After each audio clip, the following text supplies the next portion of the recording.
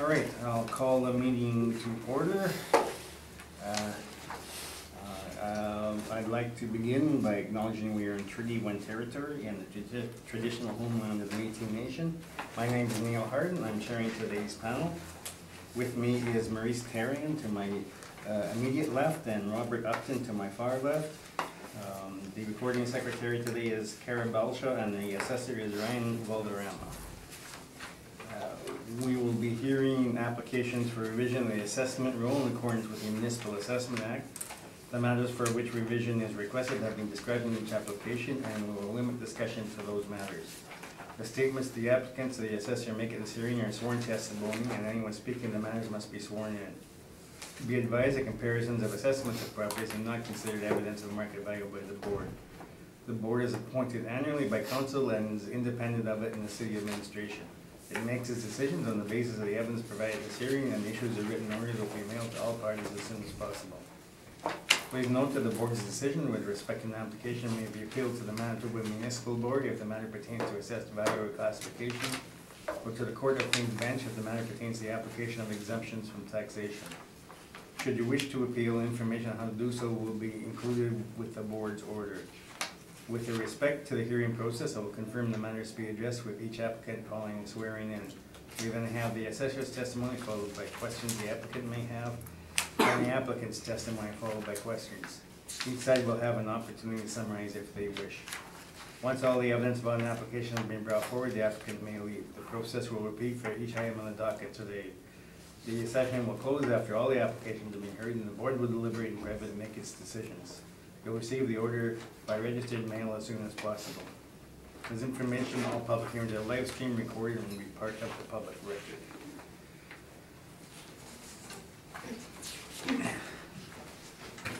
I just can't get that as fast as Please state your name. Marcel does. Just swear the evidence you present today is the truth, the whole truth, and nothing but the truth, so help you God. No swearing this morning? Swear. Please state your name. Henry Dupont. Do you swear the evidence you present today is the truth, the whole truth, and nothing but the truth, so help you God? Okay, so we're under some time constraints today as I have an afternoon 1 o'clock hearing, and I think all the boardrooms are required this afternoon as well. So I'm not, please be focused on your presentations. So the first item today is 34 South Park Drive. So you can proceed. I mean, the amount is assessed value. You can proceed. Okay. Thank you, Mr. Chair. The first property has a file number of 19-2284. It has a roll number of 03063078000. It is located at 34 South Park Drive. We're dealing with the roll year of 2020, using reference date of April 1st, 2018. The property is assessed at $1,925,000. It is a residential apartment with 1 building, 2 stories, and an actual year built of 1971. It has 25 suites and 25 parking stalls. It is on a C2 with a land area of 22,758 square feet, land area of 8,175 square feet, and a gross floor area of 24,525 square feet. On page 3 are the aerial photos of the subject property.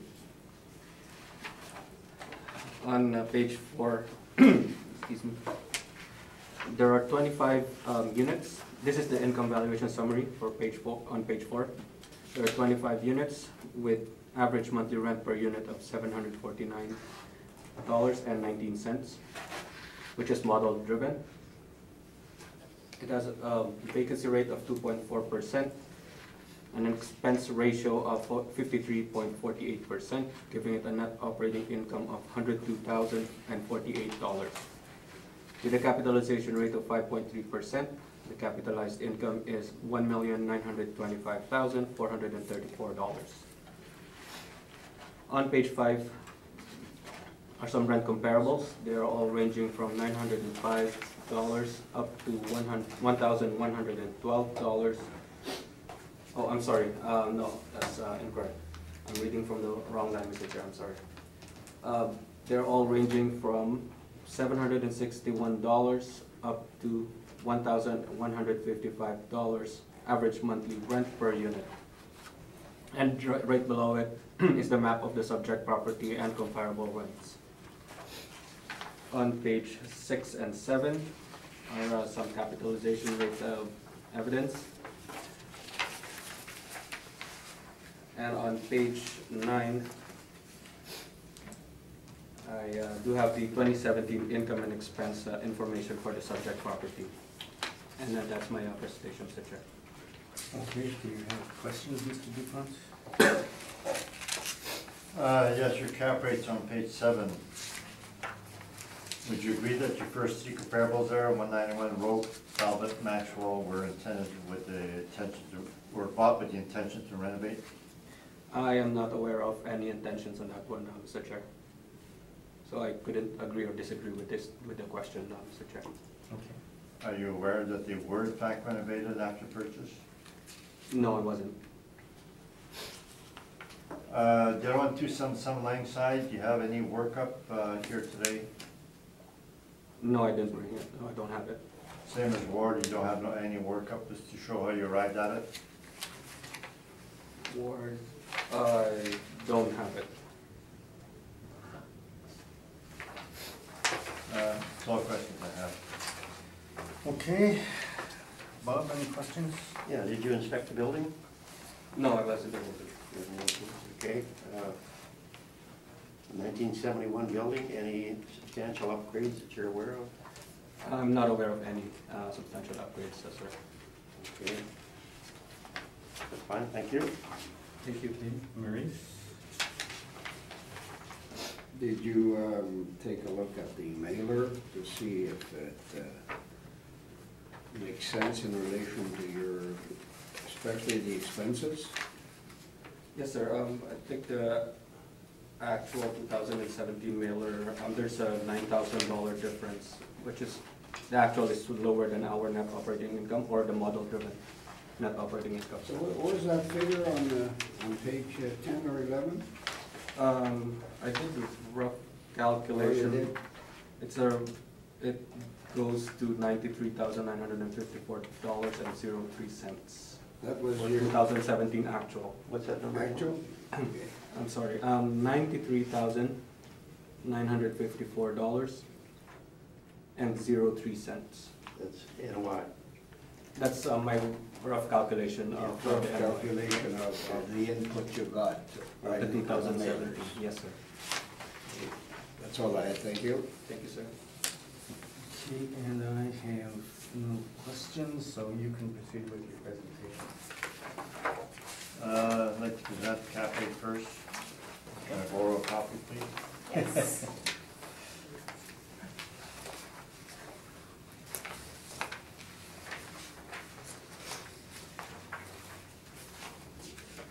So page 3 is the cap rate comparable that I have. And it shows what cap rates we have and what year they are. And most properties today would be probably 60s and 70s. I have the far right column shows I have 5 sales averaging 6.15 cap rate from 1966 to 1974. And we, based on that table, we have our cap rates at the bottom that we show there.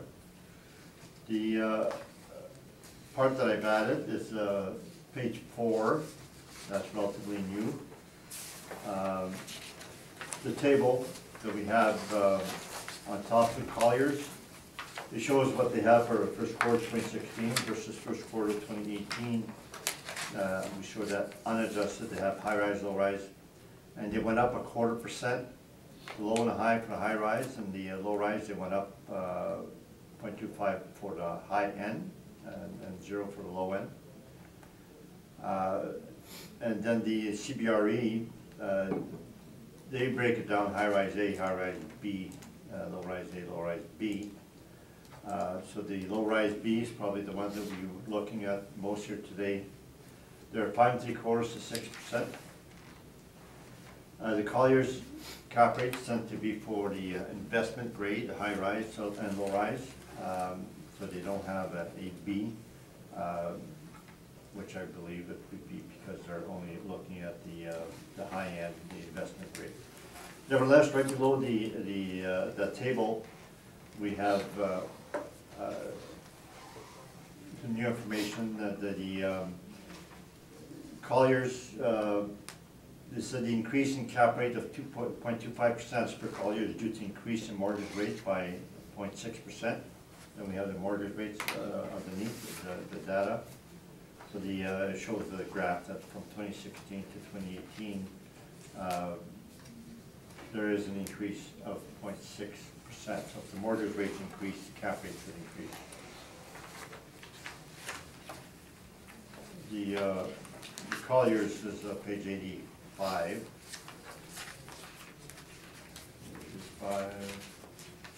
86. Or under west trending, in the first paragraph, it will say that due to the increase of mortgage rate, that would affect the cap rates of the apartments. So basically saying the apartments have the lowest spread, the cap rate minus interest rate, relative to retail, office, and industrial, so therefore they're more impacted. And then, so we checked now added the parts of the mortgage rate. That would be my report on cap rate. And I have the repair maintenance study, which I can go through now, or I have questions on cap rate for now. Just go through everything at once and then we'll have questions at once. So the first page, repair maintenance study, the table on top shows the rents as per CMHC. Now those are all the different types of properties. So when you have an age group 60 to 74, it's index 5. Page 2? Yeah, we don't have pages. So the first page with the tables, Okay. unfortunately. That's the, Repair. hold on for a sec. What's that, the repairs that you? Yeah. Yeah, repair maintenance. Okay. And then the first page. This one. He's on this one here. Okay. Okay, so age 1960 74, the CMHC rents are 900 for one bedroom, 1077 for two bedrooms, so 989 for average of both. And then the rents 75 to 89 or 992. So rents above 1,000 would be on the high side, below 1,000 would be on the could be on the low side. Now, if you go to the repair and maintenance table, the one right below it, it shows that the 1998 plus index 1. It's 4 properties. The average 874 per suite repair and maintenance. That's what we stabilized at. And the rent, the second last column was 1240, so it had high rent, above 1,000. The repair maintenance is low because they're newer properties. And then the index 2, 1998 renovated. There's only one property that had 667 repair and maintenance. That's what we stabilized at, and the rent was relatively high, 957. Then index 3, the high rises, 1521, the repair and maintenance and rents 1,035, and 4 renovated high rise. And then one of the biggest group is the number 5, high rise, 1946 to 1979, 19 properties. The average 2146. We stabilized at 1772, and the rents on those was 1,021. So they had relatively high rents, and that's supported by the fact they have high repair and maintenance. So they go hand in hand. The other large group that we have is index number 10. Low rise 1960 to 79, that's 36 properties. The average R&M was 1599, and we stabilized at 1432. So that'd be kind of an average. Now the rent for those 36 properties is 816. So the CMHC rents above at 989 would include the high rise and the renovated properties, etc. So it's not fairly indicative of what the low rises would be. So this is a repair maintenance study, but there's actually really good rents here for rent comparables if we wanted to. Then each of those indexes we list each of the properties. Now these pages are not numbers, unfortunately, but if you flip, you'll see the large the ones that have the most. And you'll see we have each of the addresses. And we have them sorted by rents per suite, the second last column. So the, after discount. We have it per room, which is more accurate, but we don't take it on a per room basis for now. But the thing is, usually the lower the rents, the lower the repair maintenance, and the higher the rents, and the higher the repair maintenance. And then following that, we have emails and data, a lot from K4. Shows that the average cost to refloor a suite is $4,000. The average cost for appliance is $1,666. So if you have 10-year life or replace them every 10 years, you would have $400 per suite would be a max that we would allow for flooring, and appliances would be $167 per suite. And we have the actual cost for each. A whole bunch of different properties that they have from the general ledgers. And I got the same thing for 5445 Robin. They give me cost for a whole bunch of items, like flooring, dishwashers, fridges, etc. So that way it gives you more data on the repair maintenance. We have a better time understanding how to stabilize repair maintenance. So we don't stabilize at average repair maintenance. We're not showing that to you for average. We could use those to show a maximum. So the walk-ups can be average around 1,500 per suite, but we would have a maximum of around 2,000 per suite, unless they have a very high rents, and then we can maybe go above that. But that would be the main principles in that repair maintenance study. So I'm open for questions on those two. Okay, any questions on either of these two studies? Mr. Baldwin? None at the moment. I'm just going to submit a rebuttal, if I may, Mr. Chair. Okay, let's just, You have this question? yeah, any questions from the panel, Mr. Upton, on, No, not on most of your presentations, not in the cap rate or repair yeah, maintenance. okay, Maurice? Yeah, I just, on the page 2, the first one. You know, I know you've mentioned that before. When it's below 1,000, the repair and maintenance is lower. When it's higher, so on. But why would your number 10, where you have 36 properties, your stabilized is 1432, but the rents are 816. So I guess my question is, this is below the 1,000, and I know there's fluctuations in there, but there seems to be a fairly high cost there in relation to the rent for that group. Could you comment on that? The Shimichi rents, 1960 to 1974, does not have a breakdown between high-rise and low-rise, and they don't have a breakdown between renovated and non-renovated, and we do. So the high-rise would have higher rents, and low-rise would have lower. So the Shimichi average is skewed because it includes renovated properties and high-rises, whereas ours is more accurate because we separated. So the $1,000 is just a guideline. I know. And I'm telling you, the Shimichi rents includes high-rises and renovated properties.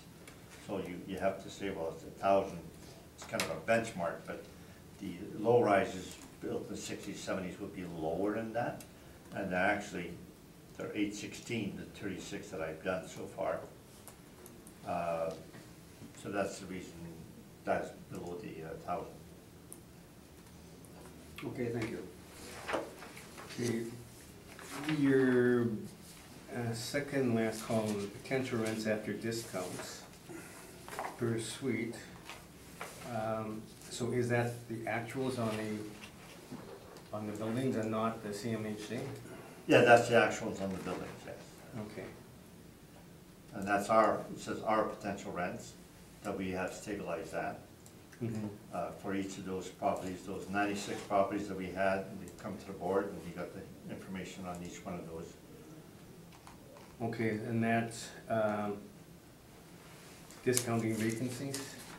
So you just didn't take the total? That's before vacancies. That's after discount, but before vacancies. Okay, And before parking and laundry. So that is strictly rent, so usually it's a Strictly line rent. three, line So this- three in my page 7, so this is potential rent per suite? potential rent per suite, Okay. after discounts, yes. Okay. And before vacancy, yes. All right, those are my questions on that. So here you can present your rebuttal on this. Maybe a quick one, we'll go through the summary. Is it just for this one property, right, or for the whole docket? It's for the whole docket. Thank you. The copies that we,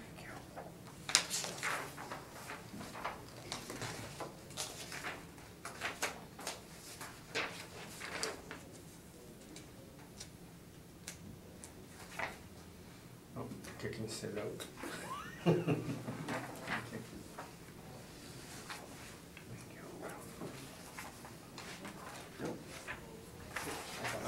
I'll let them all through each file? Yes. Okay, thank you.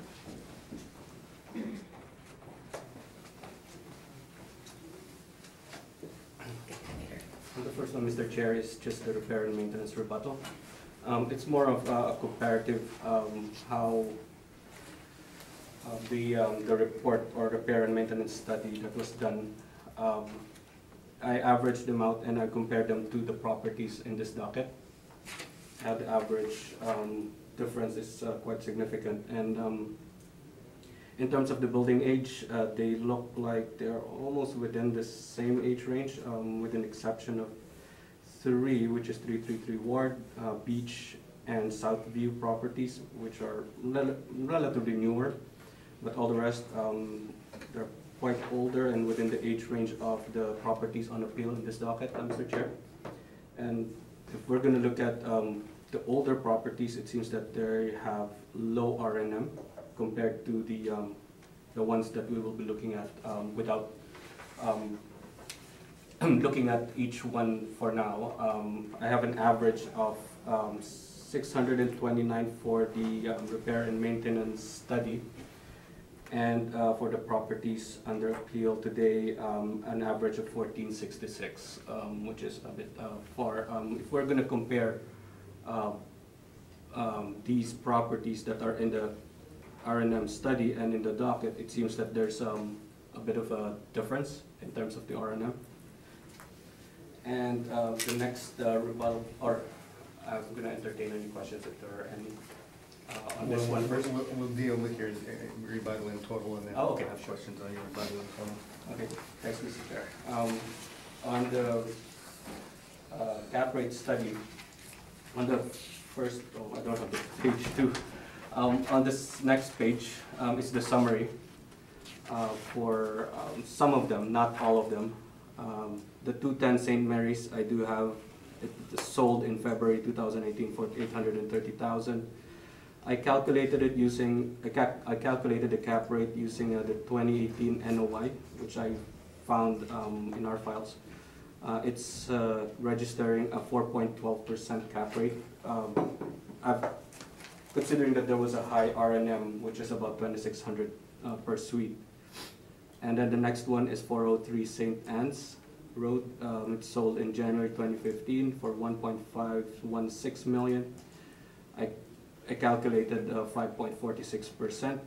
There was a renovation that was done. And NOI I used to calculate the cap rate is the 2015. And 155 Myton, I didn't find any mailers, so I don't have any cap rate on that one. 215 Laveran Drive, it's sold for 2017 for $1.15 million.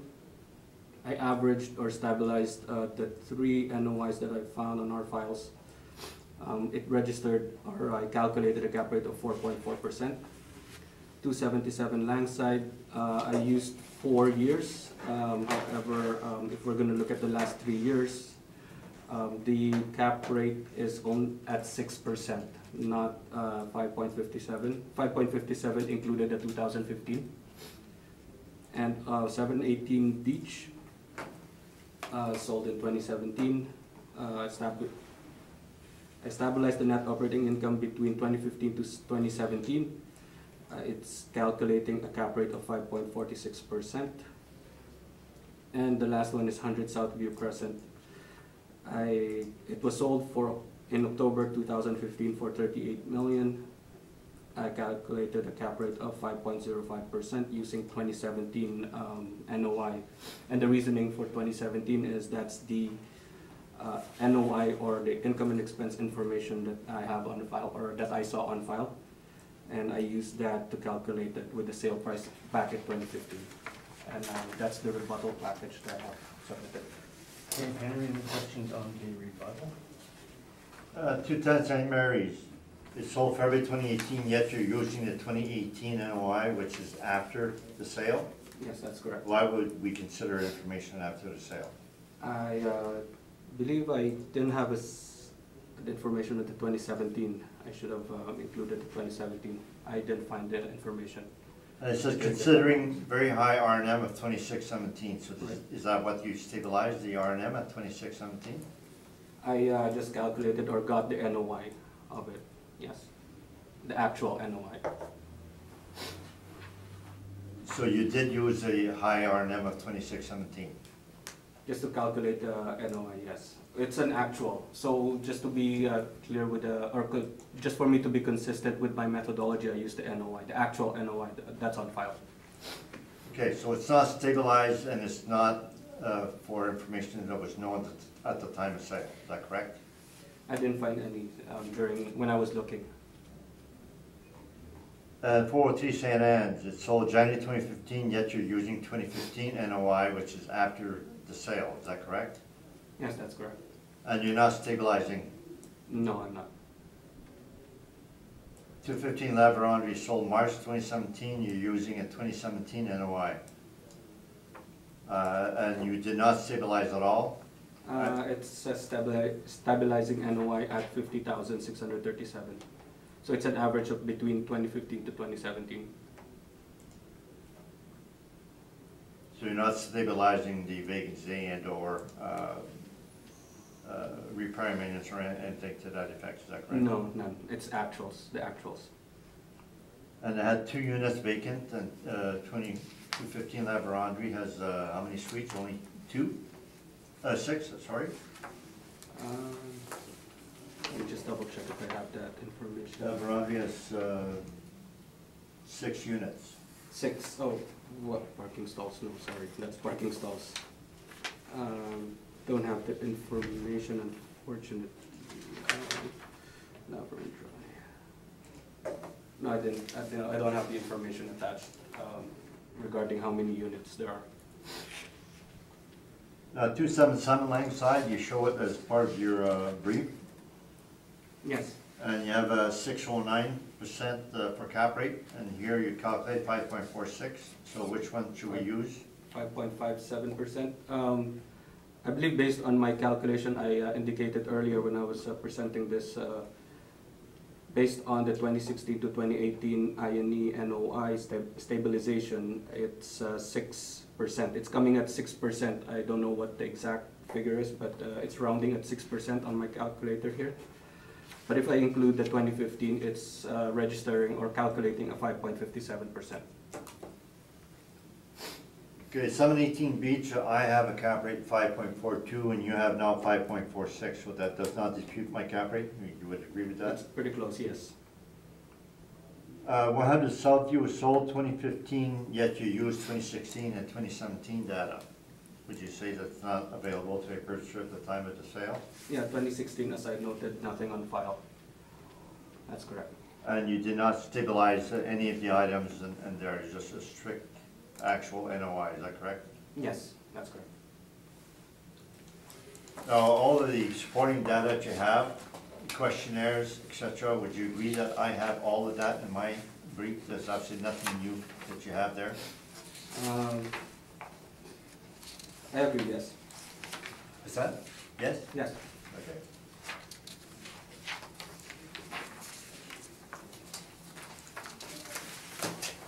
That's all the questions I have.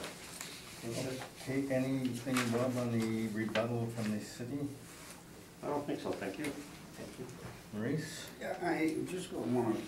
Did he have questions, or he's done? He's I done. finished my questions. I want to make sure I get my head around this property on your first page. So, we're talking about repair and maintenance rebuttal, and then you're showing at the top, the R&M per unit. I would assume that's stabilized, I don't know if it is or not. But then that comes up to an average of 629, and then you used today's properties, and you come up with 1466. Now, could you explain to me better how I can relate these differences? I'm not sure I got a good handle on that. Yes, sir, it's more on, I'm comparing whatever was used in the capitalization rate properties, R&M.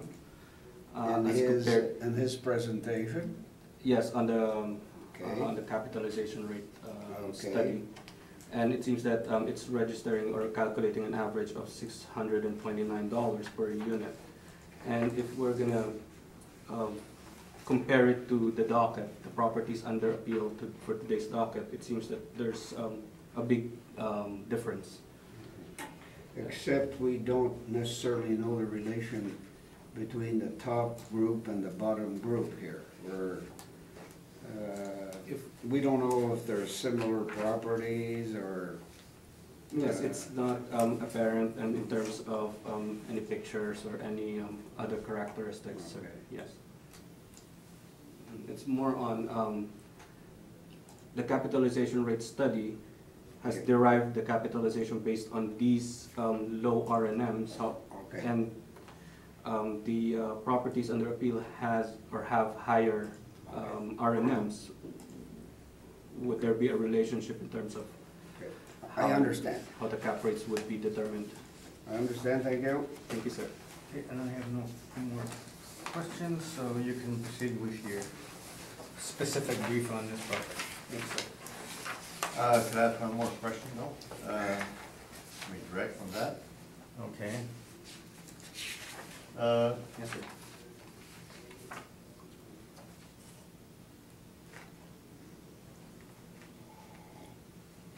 That's okay.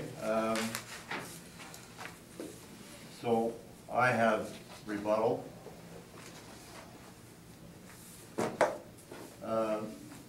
A verbal rebuttal on his cap rates. I usually have a report, and I forgot to put it in today. But there's a ruling by the municipal board last year where the board stated that they would not find reliable properties that had the intention to renovate. The cap rates from those would not be reliable. And then we have evidence, we have research, and we found evidence on those first three that they have, 191 Road, Talbot, and Maxwell, that they intended to renovate. The assessor sends out questionnaires, sales questionnaires, and it says on there, do you intend to renovate? And it says, I believe, one or two of those. Then we also have emails from the managers. We have financial statements showing that they have, in fact, renovated after purchase. So those first three were intended to be renovated.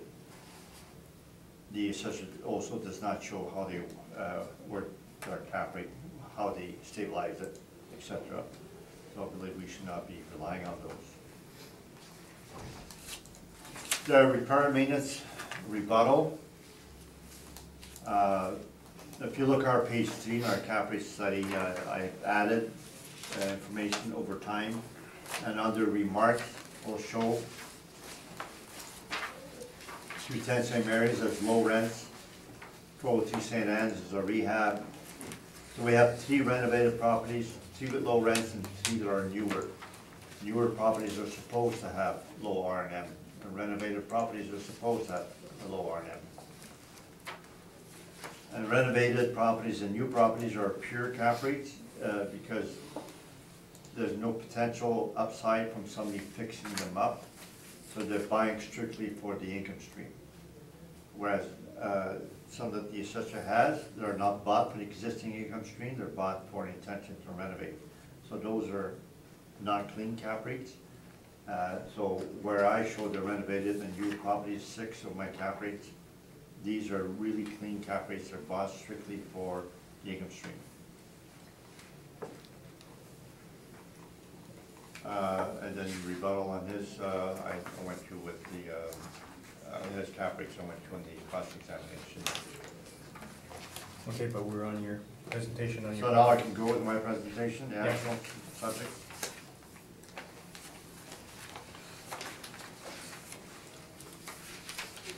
And I will use this cap rate study Do you if, want to add on to it just in case? when we're finished with it. Yeah. Thank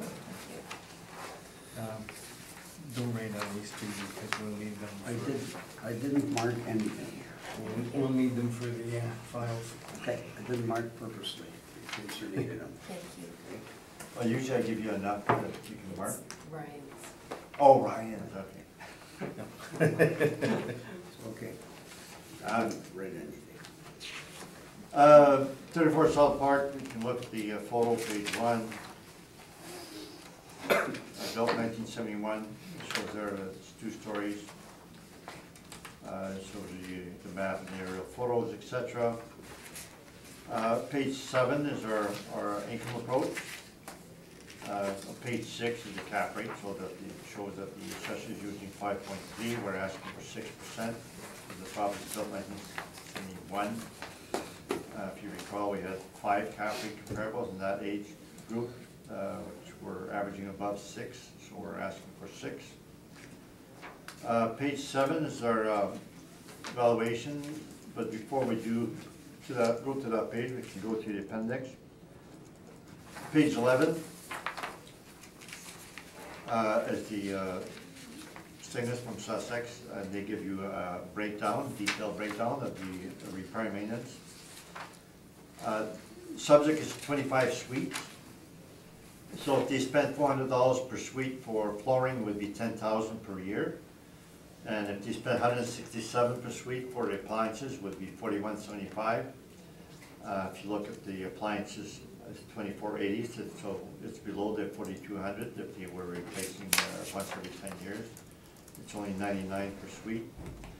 Flooring towards the bottom, it's only $47 per suite instead of being at $400 per suite, so it's at the low end. Well, very low, 10% of what it should be. Now page 12, it's the 2016. The appliance is only $25 per suite. The flooring is only $88 per suite. There's no capex in those, both 16 and 17. Page 14. Appliance purchase is $77.21. We allowed 54%, and that works out to $167 per suite. So we allowed a maximum there. Even though over the 5 years they were under the 167, but we still did that. Normally we should be on average for the 3 years or 5 years. The heating was $8,200. We allowed only 25% of that. And we disallowed the roof repair there, $63.21.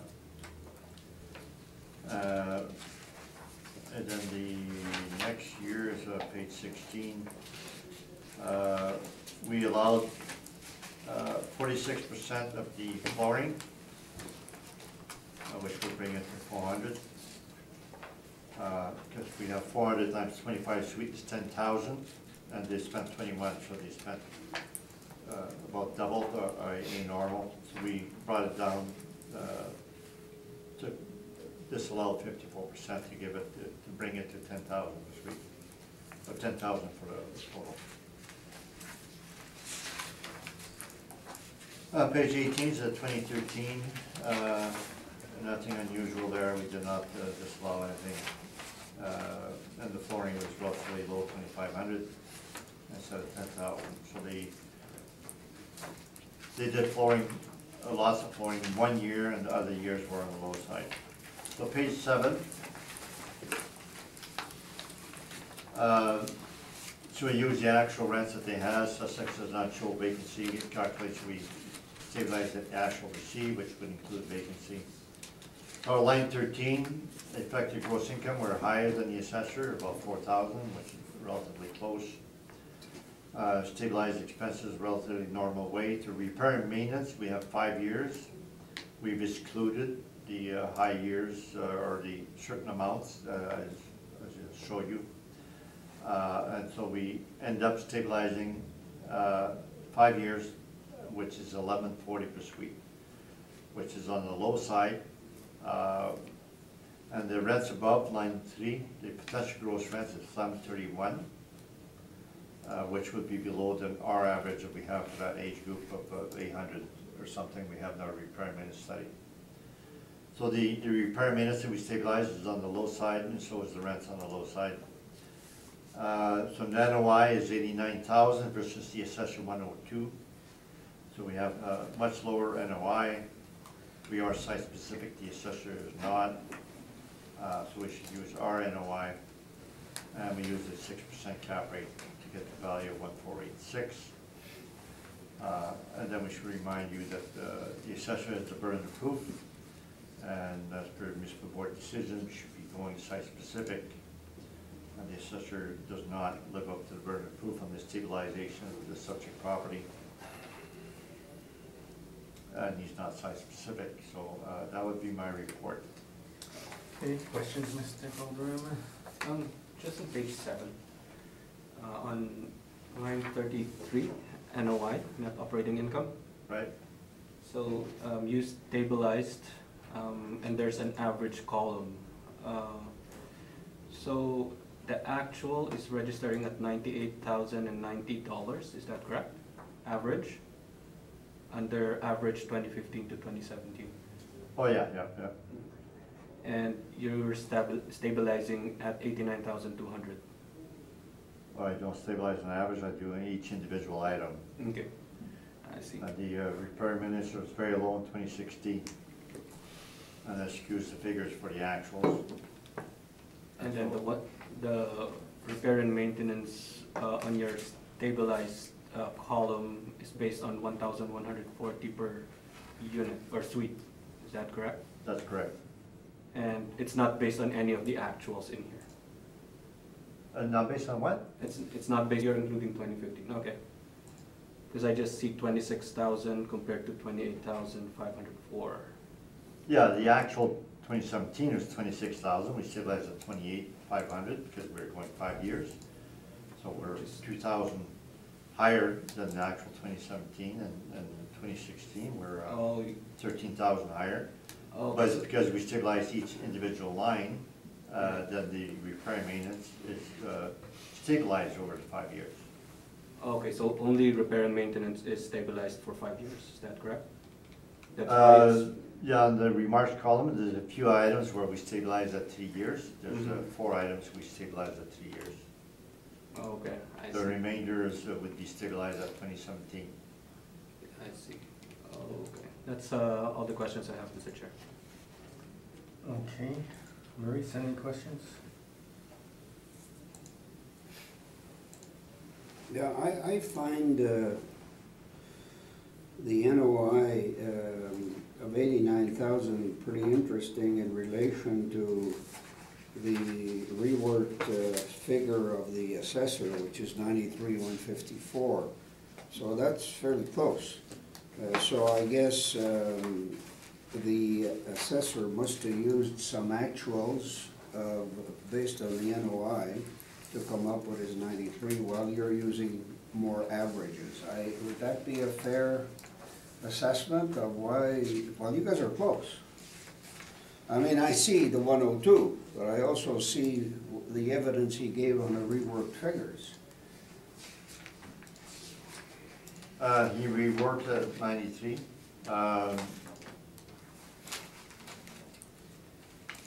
Which is getting closer to mine, yes. Very close. Now, I don't take shortcuts, I stabilize each and every item. So I believe the way I do it is the proper way to do it, is you stabilize each individual item. And we have some standards. We follow standards for all the stabilization. We use averages for certain items. There's 4 items, we use 3-year average. Repair minutes, we use 3 to 5-year average after removing capital expenditures, and that's the way we do it. They're close, but ours is more site-specific. The other point is, I know based on your study, and I know you said it's a guideline, $1,000. But this rent is $731,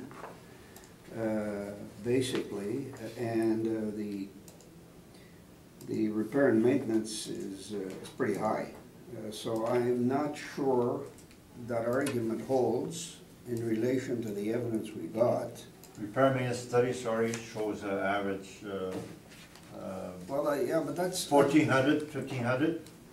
Yeah, but we're talking about rents under 1,000 here. So are you saying that when the rents are under 1,000, the repair and maintenance is that high? And in your study? My index 10 has 36 properties, low rises built 60, 79 that are not renovated. The average R&M is $1,599, not 1,000 or 1,100.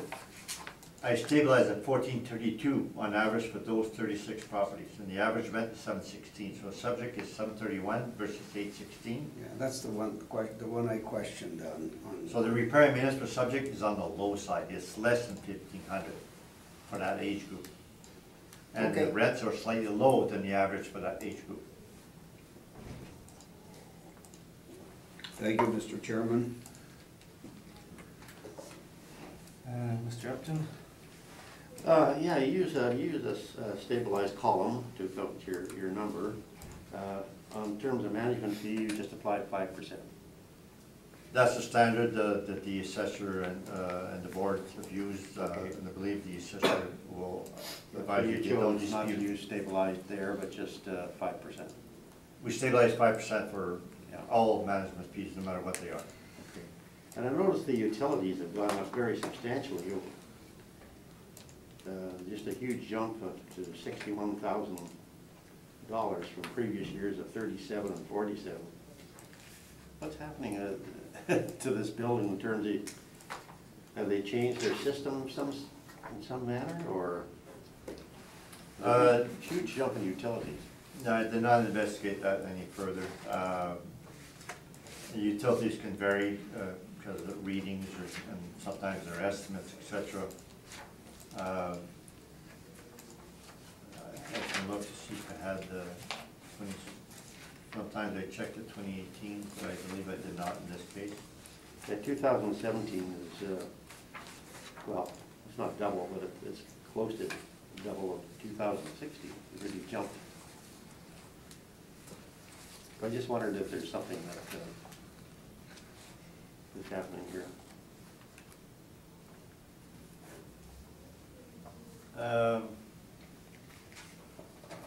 I would agree to stabilize the line 23 at the 3-year average at 48,599 instead of 61.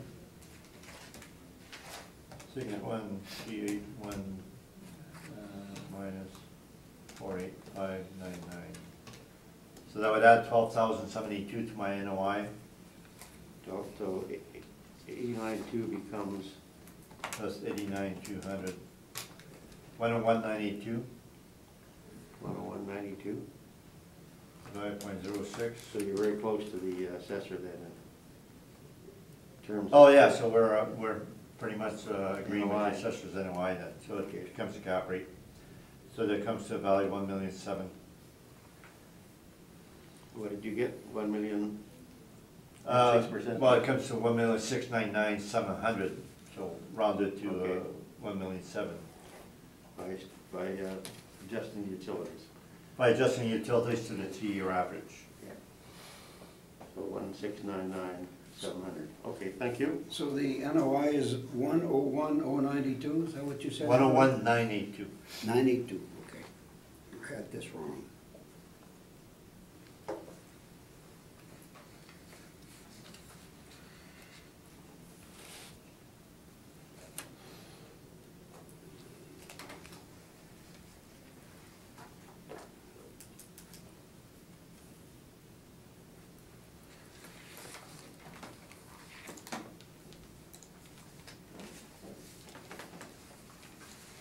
That's all I had. Bob, Thank you. That's it. You're done, too? Okay, and I have no questions that haven't been asked, so thank you for that. We'll move on to our next, I think we'll find stuff there. General stuff, and you can presume that we don't need to have the same questions on cap rate and again. So 88 South Park Drive.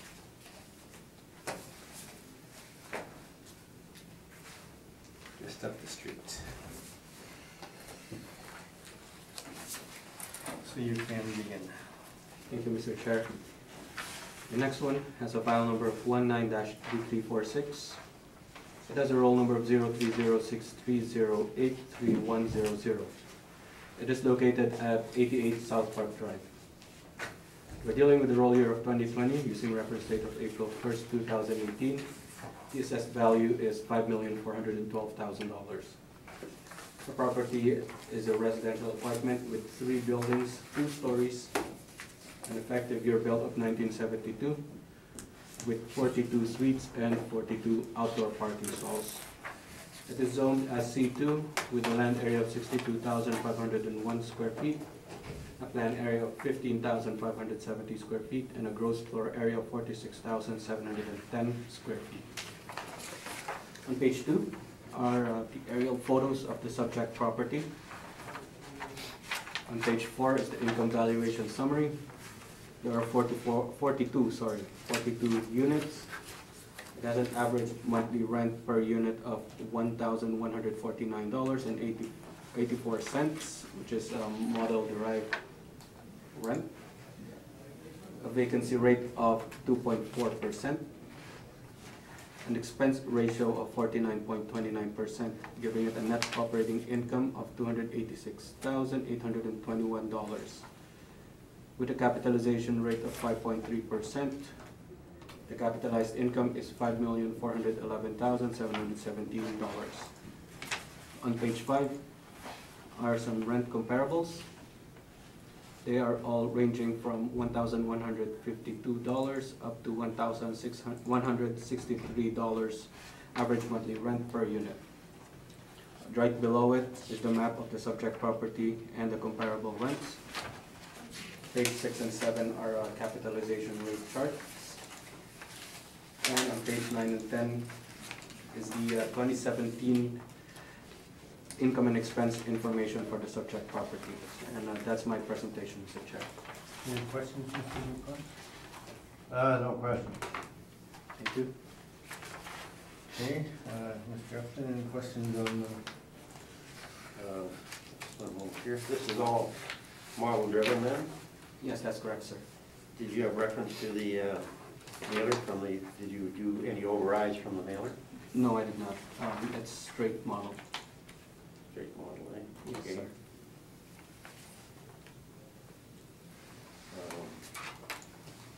Okay, that's fine, thank you. Thank you, sir. Just a further one on this, my colleague asked for an override, did you examine the page 10 to see if there's anything out of line here? Because the NOI is 264.81. So is there anything unusual in the operating expenses and so on? Repair and maintenance is $100,743, which in my opinion is a bit high, but yeah, it's just I guess that's just the actual expense of it. But there are some, the exterior ones, I find if it's a repair, if it's really a repair, maintenance, exterior, other. I'm not sure about the painting, if it's inside or outside, roofing, all these things. So in total, the repair and maintenance is it's just too high. That's all that I am observing. Thank you. Thank you, sir. Okay, and I have no questions, so you can proceed, Mr. Dupont.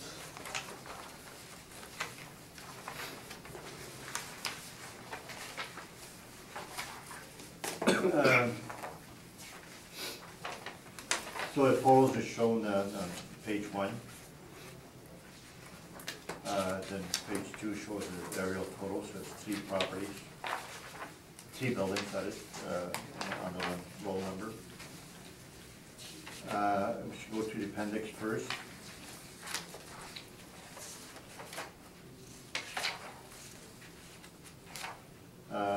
So 11 and 12 is the rent roll.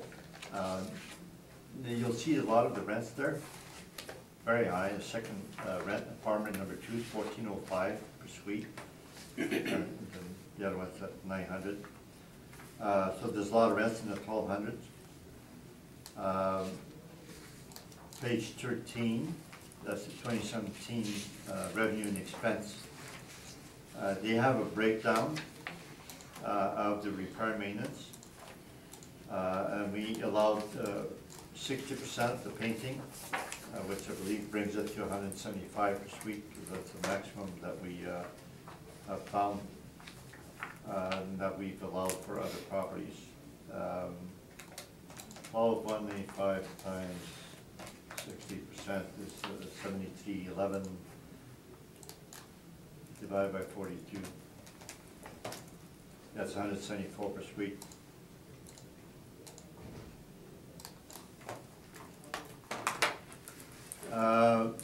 Now their repair maintenance includes snow removal. For this one, it should show it separately, but for others, they don't show it separately, so we put all with repair maintenance. So page 16 is the 2016 income and expense, and there they don't give a breakdown of repair and maintenance. Then same thing with page 19 is the 2015, there's no breakdown of repair and maintenance. 2014 is on page 20. There again, no breakdown. 2013, no breakdown. So, page 7.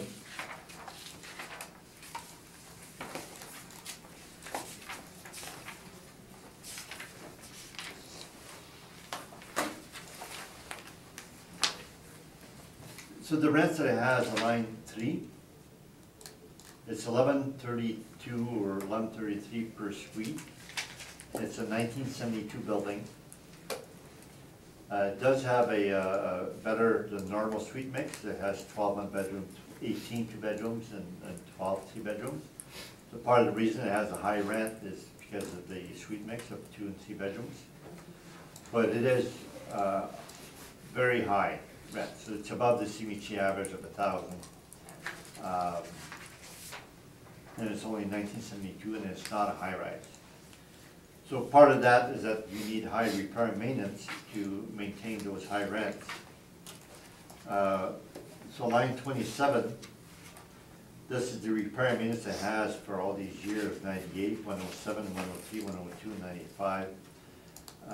So the 5-year average is 101, and that's what we stabilized at, which is 2413 per suite. Now, that's on the high side. Now, it does include about 7,200 for snow, waste and snow. So I would agree to reduce that to 2,000 per suite, but add the snow of 7,200. So if we take 2,000 per suite, it goes $413 less, so it'd be $17,346. More net income, minus $72.70, I believe, is the first year. $72.74 is the snow, waste and snow. So that's about 10,000. 17,000 is the bring it down to 2,000 per suite, and then you add 7,200. So it's 10,000 more NOI So there would be 263 T51. Revised NOI divided by 0.6.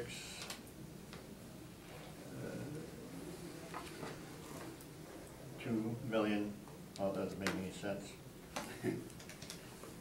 263 T51 divided by 0.06. All right, 4,389.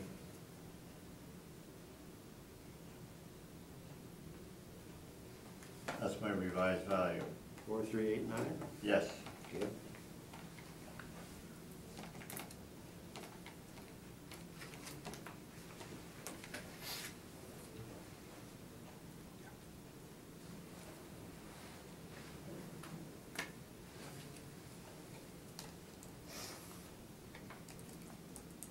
Is that your presentation? Yes, that's my presentation. Okay, any questions? What's the number again, sir? I missed out on that. 4,389,000, is that correct? Yes. And which NOI is this? How? 263,351. 251 or 351. 351? Yeah, You said 263, 351. Yeah, 351. They adjusted by 10,000.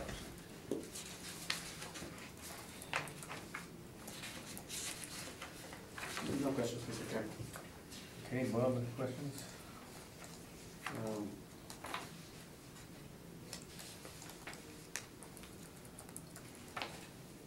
No, I don't think I have any, thank you. Maurice?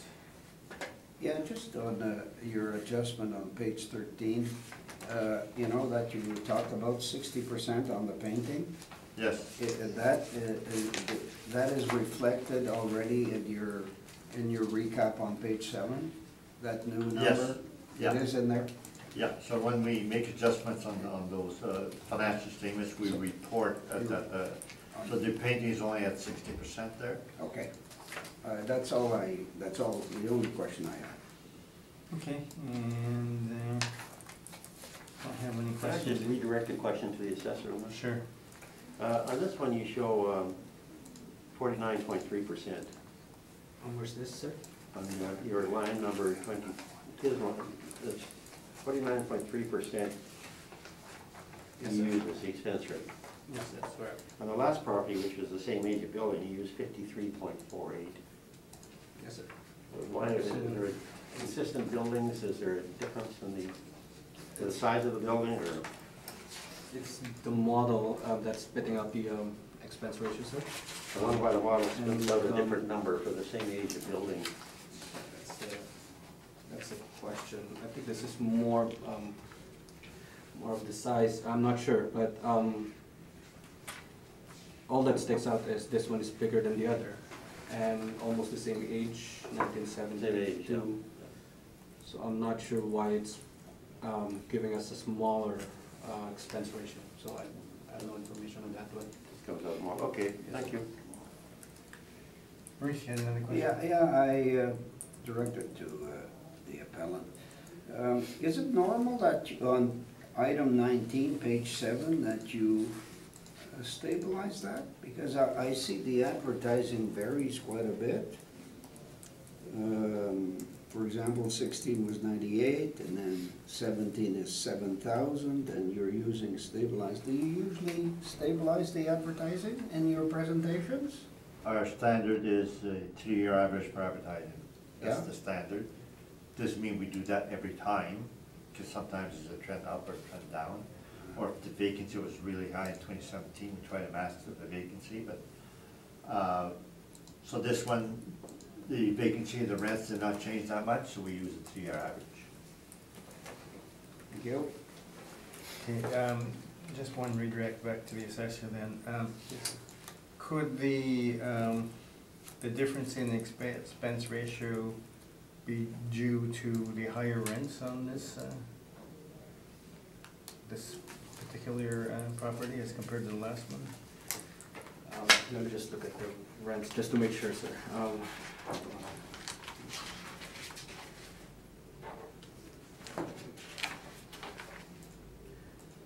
Yes, that's sticking out, yes, that's correct. It is a factor, sir. It's because you have, in the model, it's putting out a higher revenue. So probably that's why it's registering as a different expense ratio, sir. All right. I wondered if that could be the case. Thank you for that. Thank you, sir.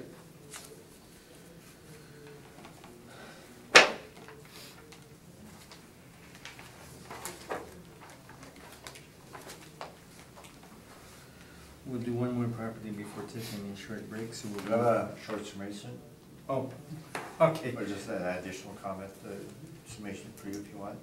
Summation, yeah. No summation, Mr. Chair. I don't- Okay. So the subject suite mix, has a high amount of 2 bedrooms and 3 bedrooms.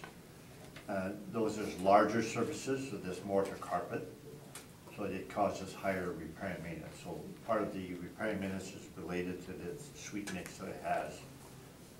So when I go a maximum of 2,000 per suite, part of it is due to the suite mix of the larger suites.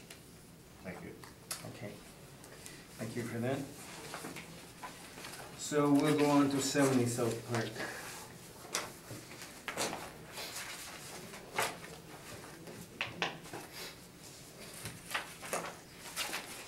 Moving back up the street.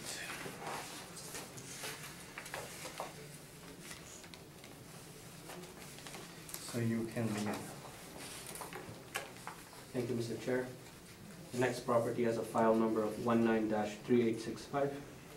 Has a roll number of 03063081200. It is located at 7070 South Park Drive. We're dealing with the roll year of 2020. We're using reference date of April 1st, 2018. The property is assessed at $5,488,000. The property is a residential apartment with 1 building, 2 stories, an actual year built of 1971 and an effective year built of 1980.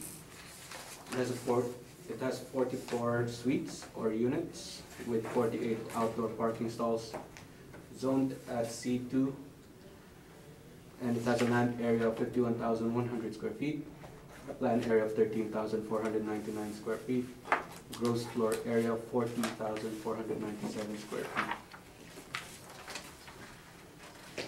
On page 3 are some aerial photos of the subject property.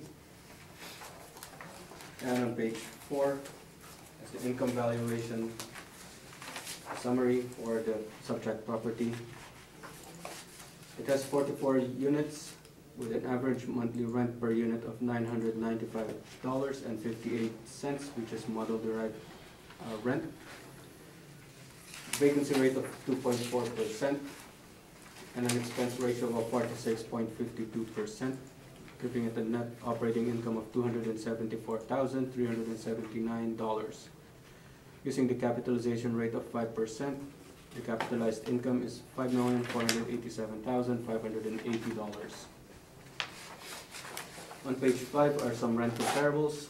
They're all ranging from $955 up to $1,161, average monthly rent per unit. Just below it is the map of the subject property and comparable rents. On page 6 and 7 are the capitalization rates schedule or charts. And on page 9 up to page 12 is the 2017 income and expense information. Now that's my presentation, Mr. Chair. Okay, questions, Mr. Dupont?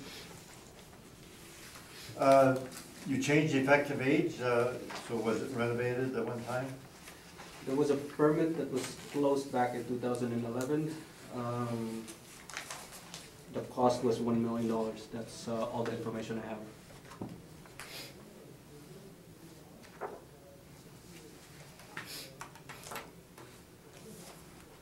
Call questions? Thank you, sir. Okay, Bob, questions? No questions, thank you. Maurice? No questions. Thank you. I guess it's not relating specifically to this property, but if you look at the bottom image on page 3. Yes, sir. the subject property seems to be, have a sister property next door that's almost a mirror image. Almost. Is that, has that property been revealed? Do you know? What is this one? Not sure what the number is on that one, right beside it. Just out of curiosity. It's not clear, the top picture has the number, but it's not clear to me if it's one of the properties we dealt with above or other property, I'm not sure. It doesn't strike me as being one of the previous ones we dealt with. Could be, 88 would be there. 70, this would probably be 60 something here. Perhaps. It doesn't bear any relevance to No. the evaluation, but I'm just curious. yeah, I don't think it's in this docket, No, it's not in section. the docket, so. I'm just looking at the addresses here, no. Yeah, no, I don't think it is in this docket. If it is appealed, Yeah. if, I'm Okay, not sure too. and looking at the valuations, I cheated and looked ahead at Henry's, and it seems to be mostly a cap rate issue. Oh, well, I couldn't comment on that, Mr. Chair. I haven't really, well, I Okay. looked at it, but I don't wanna preempt it. All right, I want Henry to present it. thank you. Okay, you can proceed then. In the appendix, we can go through that quickly. Page 11 is a 2017 it's a tower statement, and they do have a breakdown of repair maintenance. Now, year-to-date, on top monthly rent, you'll see vacancy loss, 25,891, so it has a high vacancy. Rental incentive is 41,856. The move-in rental incentives, 13,000, so have high vacancy, high incentives for their, the high rents, and their market is pushing back. Now that we show the R&M, and then we don't, page 11 and 12, we don't show any repair maintenance, so we disallow it. Page 14 is the 2016 statement. There again, you'll see the rental incentive is high, it's 52,000. And there's no repair maintenance, so we disallowed. Page 15, we disallowed a renovation consulting fee of 735, which is minor.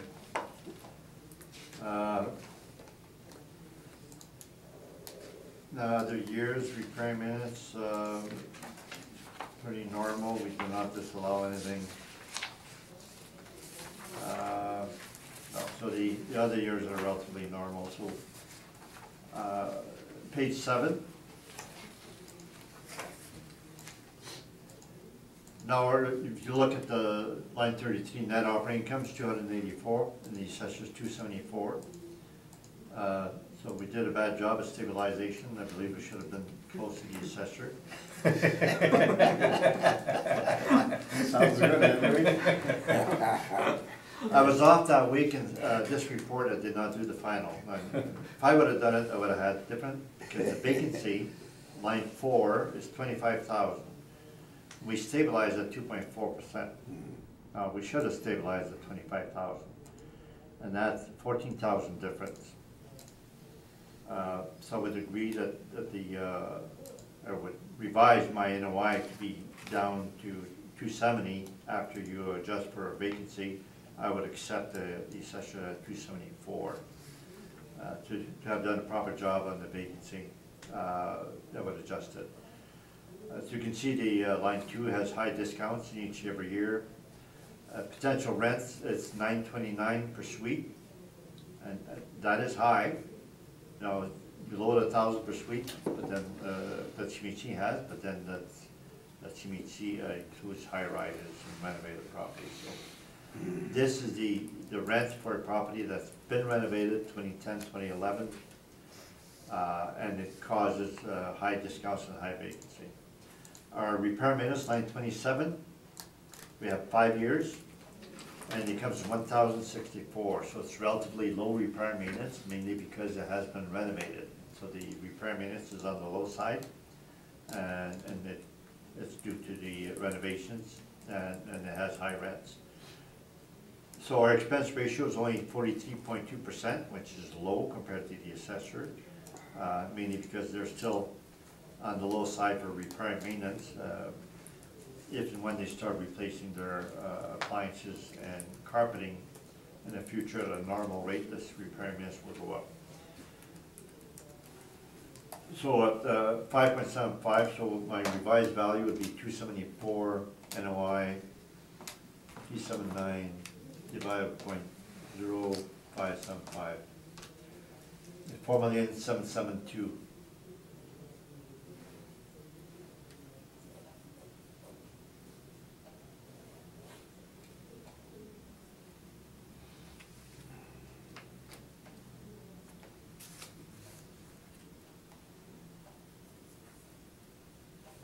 That would be my report.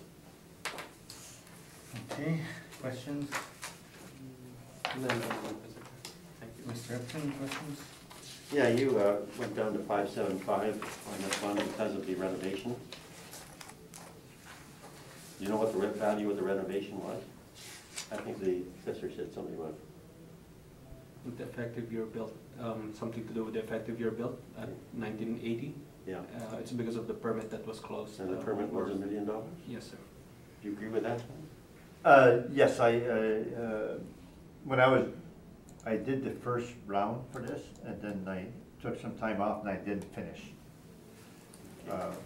But I do know those two properties, there was 4 properties on South Park, were all renovated by Towers. I've done that in these appeals in the past. Now, the reason I have 5.75 is that my cap rate on page 6, the cutoff is 1980. So 60 to 79, I have 6% cap rate, but 1980 to 97, I have 5.75. So this one is just 1 year above the, what's right at the cutoff. Okay, so the $1 million renovation, you feel only brought it up to 1980?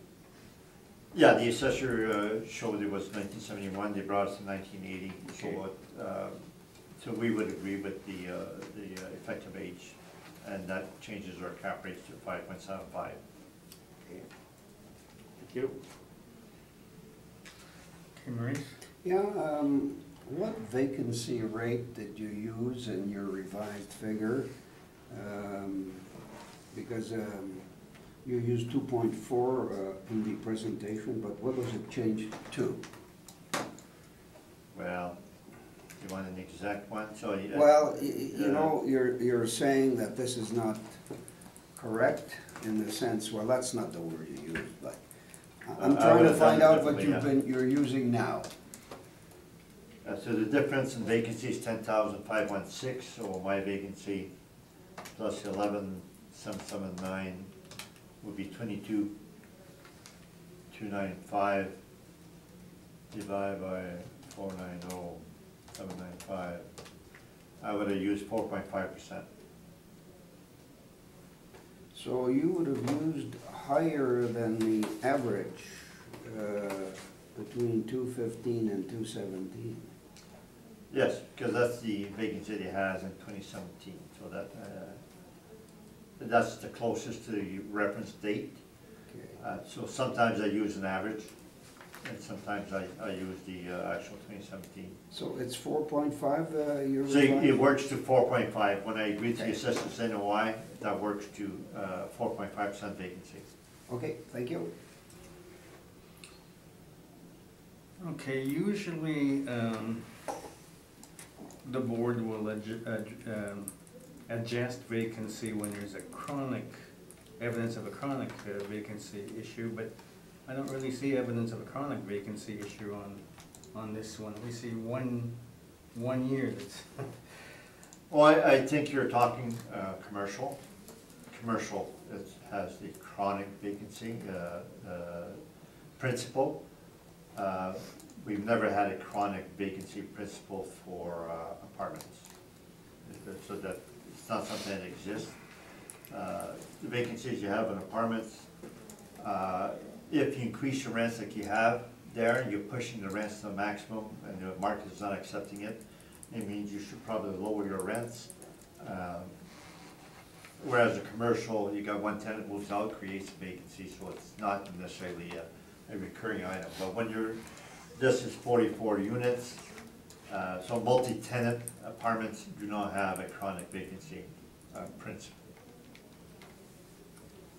Well, but in 2016, I mean, if renovations were done in 2011, 2016, the rents were practically the same. Only, it appears only the allowable increase in potential rent. And yet, in that year, they didn't have a vacancy issue. Yeah, no, I see what you're saying, and the rents are not that much difference between 2016 and 2017. But in 2017, it had 5.2. In the end, I accept the assessor's NOI, so the NOI is not disputed. If you revise the vacancy to 4.5, now if you revise it to 3.1, make a slight amount, the difference between 4.5 and 3.1. Okay, and leave it with us, we'll consider it. So, thank you for your presentations. Let's take a short break and then come back at, say, okay, we'll come back into session. We will go to 33 South Park.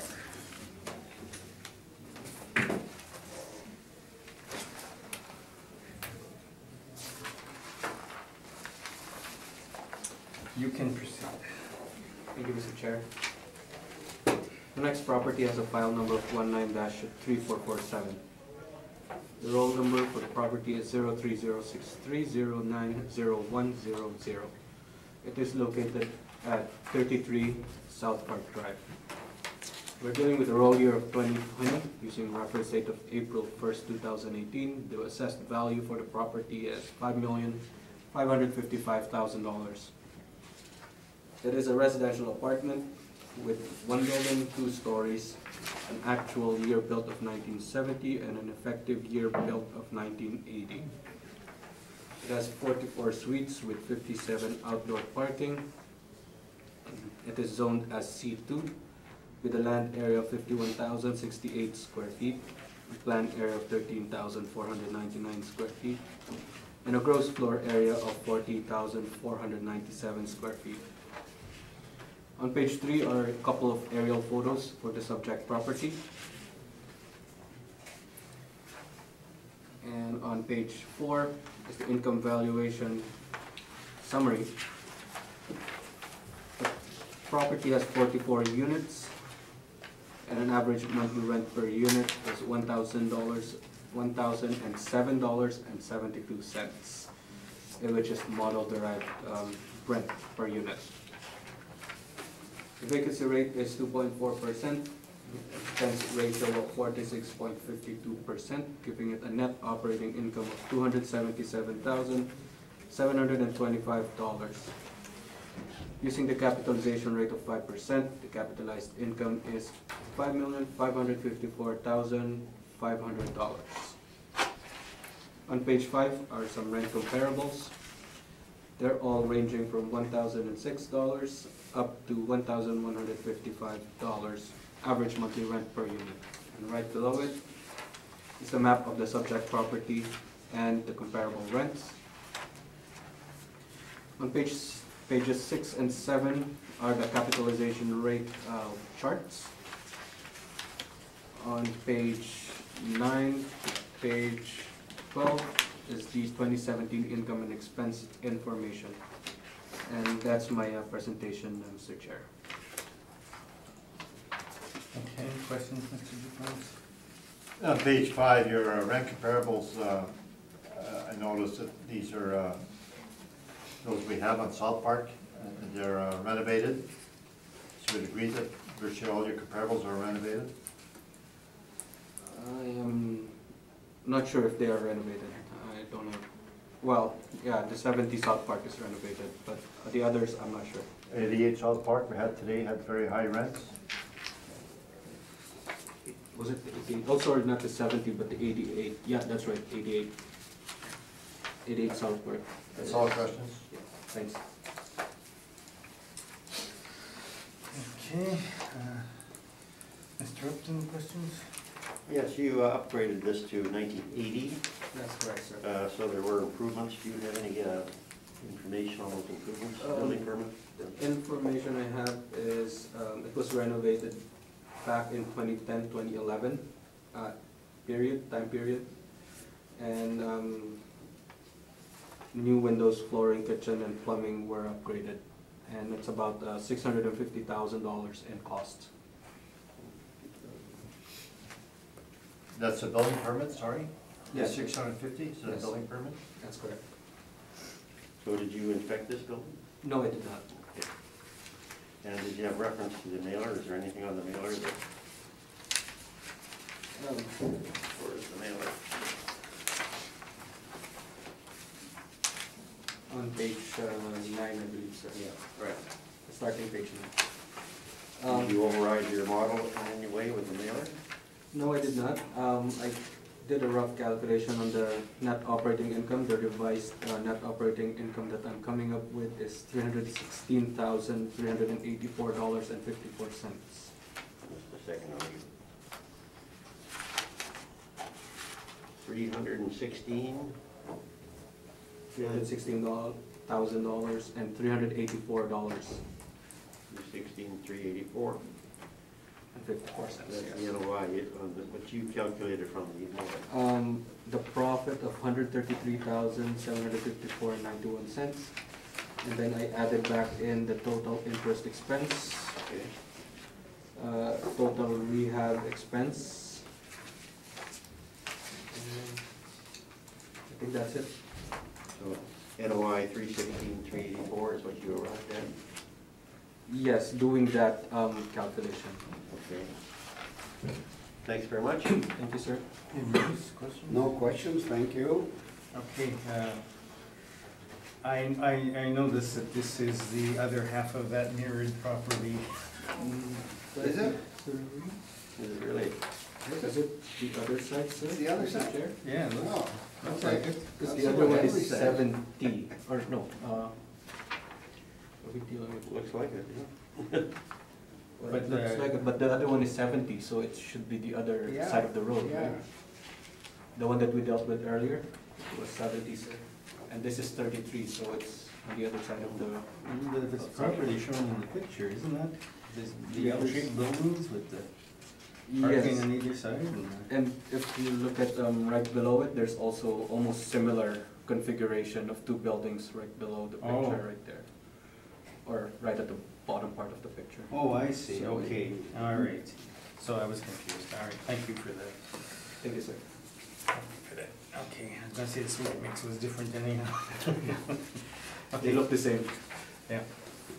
Okay, so you can proceed, Henry, now that I've given Seth a rate.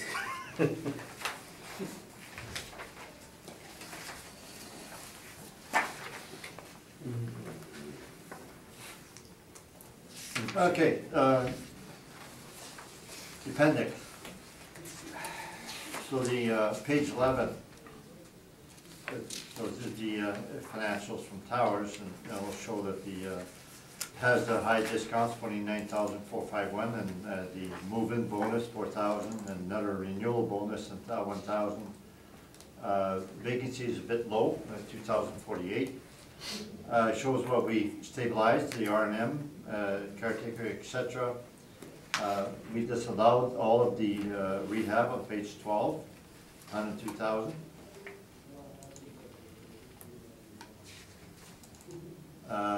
And we disallowed mortgage interest. However, when we go put these figures on our spreadsheet on page 7, we do get 316, 242 as the NOI. I don't know if that's what the assessor said was the actual, at or near that amount. Yes. 16,384. Right. So the repair and maintenance was 30,000 that year after we disallowed for the rehab. So line 27, when we stabilize repair and maintenance, we're stabilizing at the 5-year average, which is 38,000. 8,000 higher than 2017. So the repair and maintenance that we have for 5 years is $909 per suite, which is very, very, very low. And that's mainly because they have renovated in 2010, 2011. So they're not yet replacing their carpeting and appliances yet. So the line 3 above, the potential market rents after discounts is $968, which is on the high side, and that's because it's been renovated. The discounts are shown there in the 50,000s. We stabilized vacancy at the assessor's vacancy, 2.4%.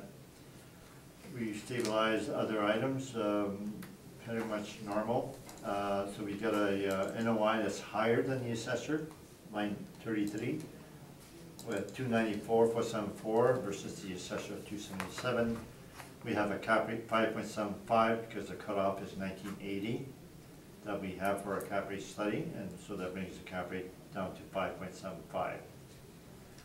So it gives it a value of 5121, which is something like 430,000 less than the assessor. And that's my submission. Okay, questions? No questions, Mr. Chair. Okay, Bob, questions? I don't think I have any, thank you. Maurice? any? None, thank you. Okay, thank you for that. We'll move off South Park Drive onto Pembina Highway. 2393 Pembina Highway.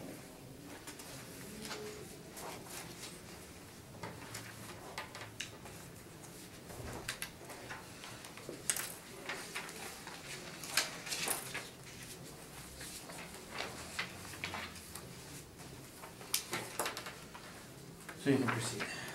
Thank you, Mr. Chair. The next property has a file number of 19-2129. It has a roll number of 03062924000. It is located at 2393 Pembina Highway. We're dealing with the roll year of 2020 using reference date of April 1st, 2018. The assessed value is $9,468,000. The property is a residential apartment with 2 buildings and 3 stories with an actual and effective year built of 1973.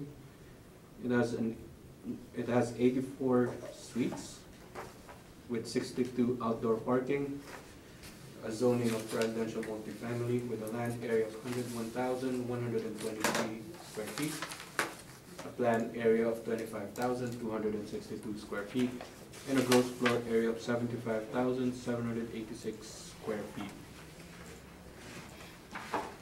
On page 3 are a couple of aerial photos of the subject property. On page 4 is the income valuation workup. There are 84 units with an average monthly rent per unit of $1,005.88, which is model-derived rent. It has a vacancy rate of 2.4%, an expense ratio of 49.29%. The net operating income is $501,823 using the capitalization rate of 5.3%. The capitalized income is $9,468,358. On page 5 are a few rent comparables. They are all ranging from $1,006 up to $1,447 average monthly rent per unit. Right below it is the map of the subject property and the comparable rents. On pages 6 and 7 are the capitalization rate charts. And on page 9 and 10 is the 2017 income and expense information. And that's my presentation, Mr. Chair. Okay, questions, Mr. Dupont? No question. Thank you. Okay, Bob, any questions? Did you override the model in any way with the expense mailer? No, I did not. It's all model. All model driven? Yes, sir. Okay, thank you. Did you do a roof, never got the clearance from the chair, but I want No, you can't talk out there. Did you do a rough calculation based on the mailer of this one? No, I You did it didn't. on the former one, you didn't do it on this one? I did not. The only thing that I find is maintenance and decorating seems to be high at 279,175 for the year ending 2017. And it went down in 2018, but that's 2018. Okay, thank you, that's all. Thank you.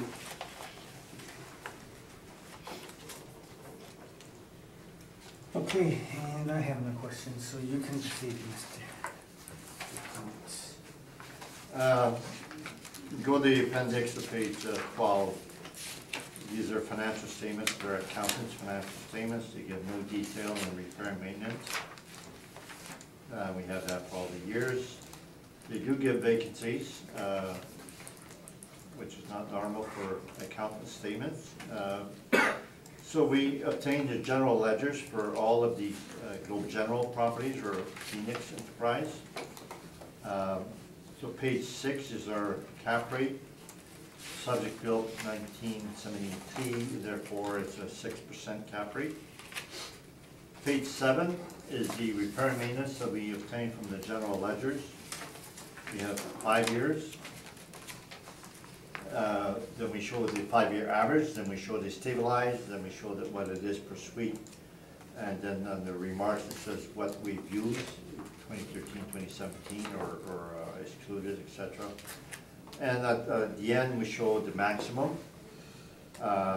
So we have a maximum of 167 for appliance purchase, a maximum of 400 for carpet, and a maximum of 175 for painting. Now, the 175 we got for painting is for, we researched about a dozen properties. The Phoenix properties tend to be over the 175 per suite, so that our painting may be overly conservative by maxing at 175. Nevertheless, that's what we have done. So we've allowed the appliance purchase and maintenance on the first 2 lines. Now, in red are the items that we disallow. So the capital purchases, major repairs, and general building is 50% of general building from the general ledgers we disallow. And then there's another general building towards the middle of the page is 50% that we allow, so we just split it in half as capital and half as normal. So on that one we stabilize, the 5-year average is 27,064, we stabilize at 22,915, so we stabilize at less than the 5-year average. The painting and decorating, we excluded the high year of 40,000 for the 1 year. The 5-year average is 23,000. We allowed 14,533. So we allowed the 4 years, excluding the high year, at 75%, and that brings it down to 173 per suite. So below our max of 175. Refuse and snow is part of their repair and maintenance, so we separated that out. So we put that in their own category. So at the bottom of that page, bottom right, we stabilize at 134,000 for the repair and maintenance, which is 1607 per suite. As a remark, general buildings includes turnover repairs, 20 to 40%. Small parts, supplies, fire alarm testing, repairs, doors and locks. There's not any capital expenditure. There's not the roof and door, windows or parking lot, etc. Nevertheless, we've excluded 50% into that and under capital. So page 8 is our revenue and expense. So we show the potential gross rent, the vacancy it has is the rents went up from 904 to 966. So they're pushing the market. The rent vacancy is 3.7. We've allowed 3.7% vacancy. The actual, we disallowed the bad debt. So the 3.7 is actually vacancy and bad debt. We had parking and laundry. So line 13, we're very close to the assessor. We're at 7,000 less. Then the expenses, we stabilize normal way for most of the items. You can see that the advertising we have at the 3-year average, which is our normal standard.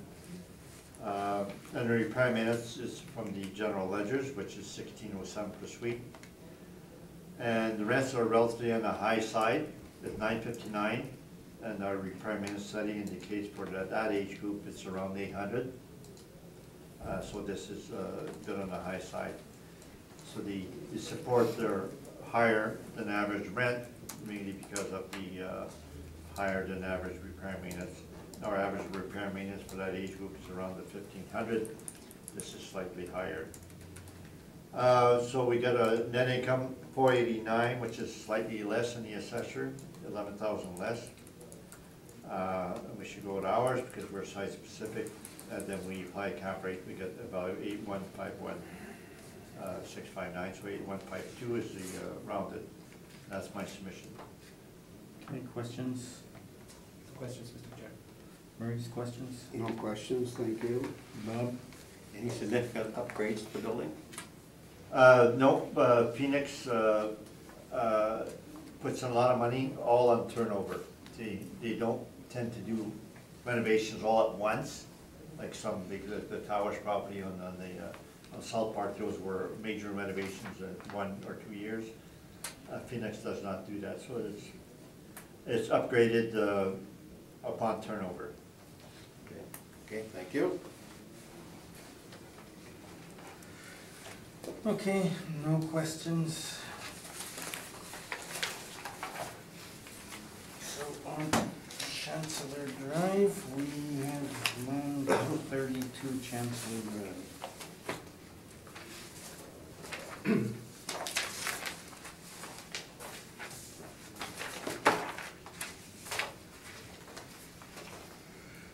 So you can proceed. Thank you, Mr. Chair. Next property has a file number of 19-4195.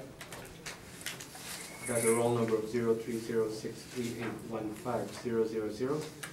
It is located at 932 Chancellor Drive. We're dealing with the roll year of 2020 using a reference date of April 1st, 2018. The assessed value is $9,627,000. It is a residential apartment with 2 buildings and 3 stories. It has an actual and effective year built of 1986. It has 78 suites with 78 outdoor parking. It is zoned at C2 with a land area of 139,662 square feet, a planned area of 27,820 square feet, and a gross floor area of 82,684 square feet. On page 3 are a couple of aerial photos of the subject property. On page 4 is the income valuation summary. The property has 78 units with an average monthly rent per unit of $985.25, which is model derived rent.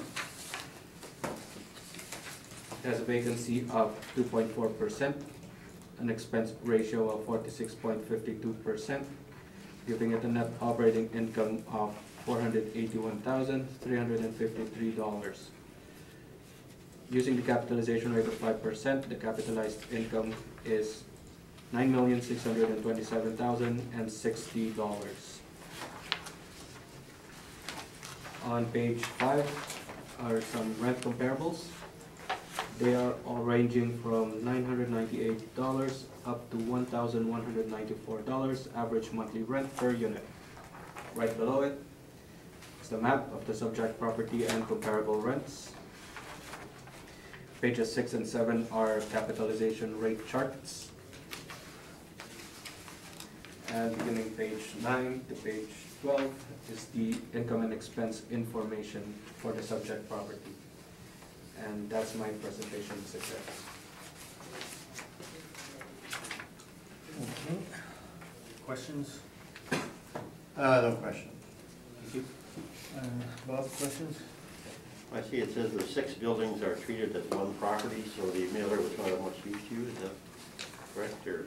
Well, yeah, no, yes, they submitted consolidated income and expense for 2017. For all 6 buildings? I believe so, yes. Okay, so this wasn't much help directly to you then? No, no, sir. Okay, didn't expect this one at all? No, it did not. Okay, thank you. Thank you. And Maurice, question? So it's model driven? Yes, sir. Okay. What's your cutoff date for the cap rates? I'll have to look at, I think Henry's got it here. Good question. I think it's, I got here somewhere. It's on this. I think it's, I'm not sure. sir. 75 is your cutoff, from what I see here, right? Yes, this one is 1986. Yeah, so that would fall, okay. Fine, thank you. Thank you, sir. Okay. And I have no questions, so you can proceed, Mr.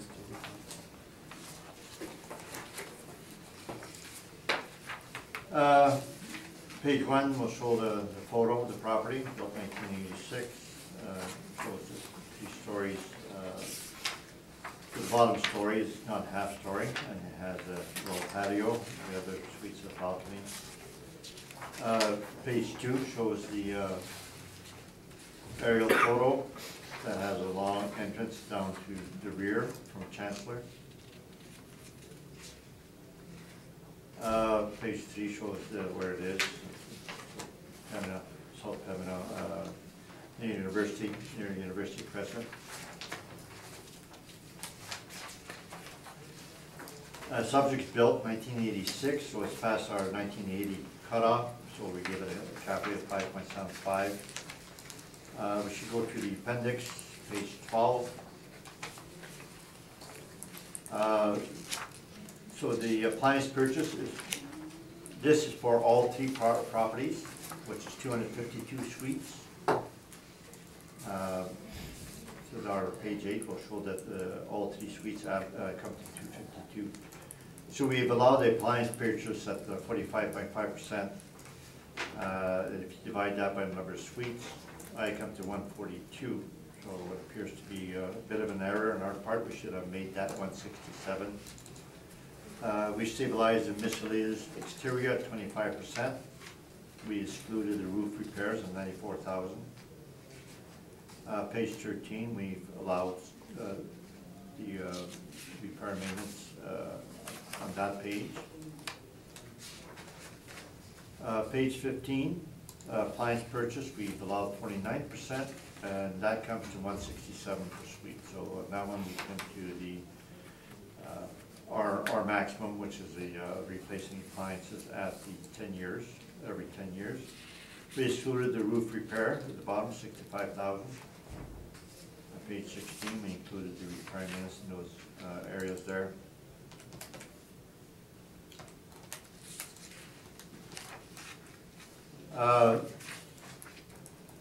The page 16, you see flooring is 60,000. Now, if you take the 252 suites times 400, it should be 101,000. So the flooring is less than 400 per suite. So if it would be more than 100,000, then we would stabilize it at the maximum 100,000, 100 to 800, 100,800. Page 17, appliance purchase, there again we allowed 79%, which brings it to 167. So in their process replacing their appliances, so it's been 3 years now. Page 19 is the 2014.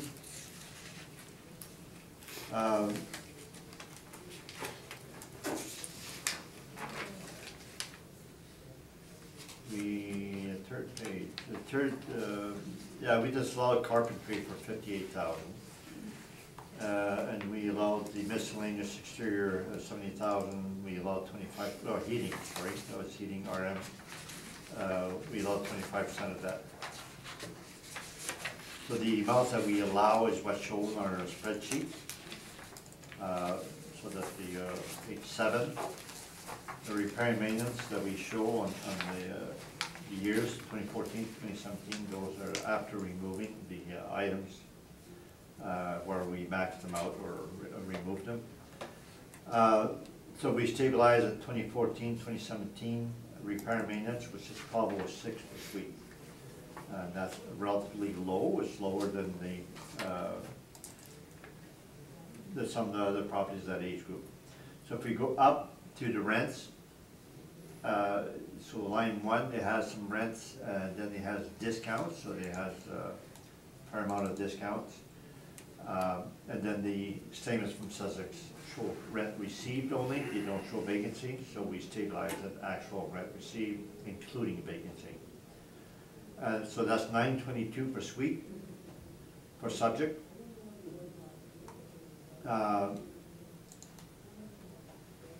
No, that's the overall subject stabilizes for all 3, and then we stabilize 932 Chancellor, 922 for the rents. That's usually based on the rent roll or their share. Their share at 30.95%. So you see on top of the page, they show the number of suites for each of the units, so 932, 936, 78 suites.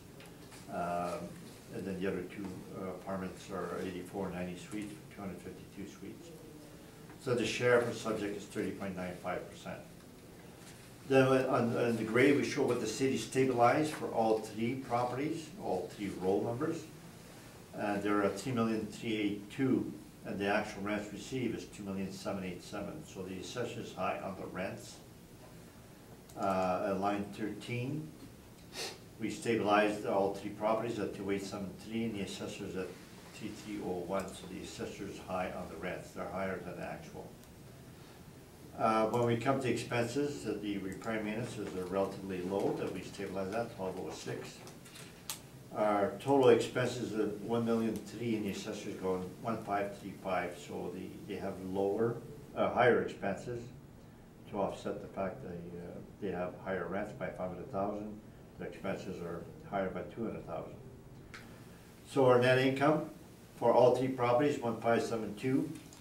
The assessor is 1765 for all 3, so they're $200,000 too high on the NOI. Our expense ratio is similar. We're at 45.3%. The assessor is 46.5%. So where our difference lies is in the rents to start with. So the subject, we take our value for all 3 properties, stabilized at 5.75 cap rate, comes to $27,248,000. If we take the 30.95%, would be 8464.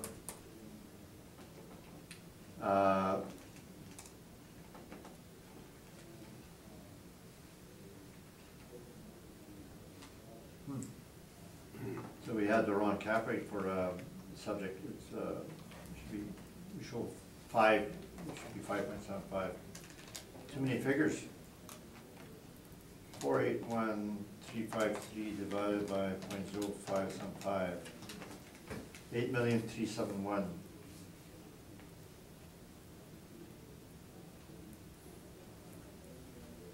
At 5.75.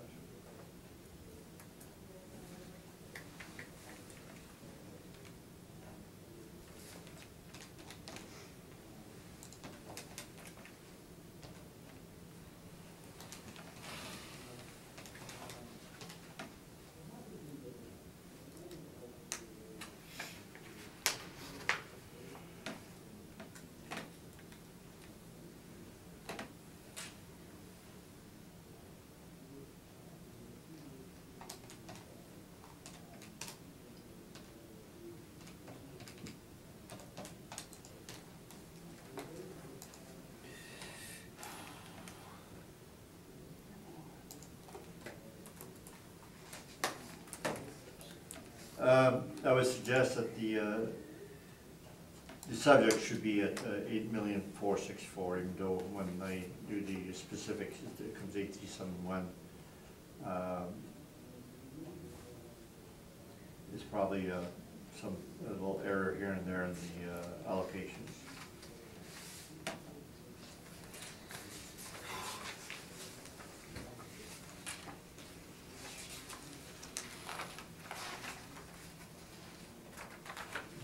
my report.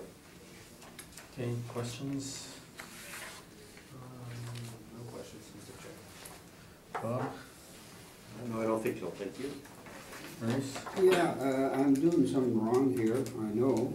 I'm looking, because I'm trying to simplify this. Your NOI on line 33 is 1,572,548, right? Yes, Okay, then, probably what I did wrong, I multiplied that by 30.95%. Am I wrong? Because I come up with 486,704 as the NOI. right, so you. That's okay? Yeah, what you did is right, so I believe our stabilizer for 932 Chancellor has different factors than 30.95. I'm not sure where that comes from. So, you know, so I'll tell you where I'm at.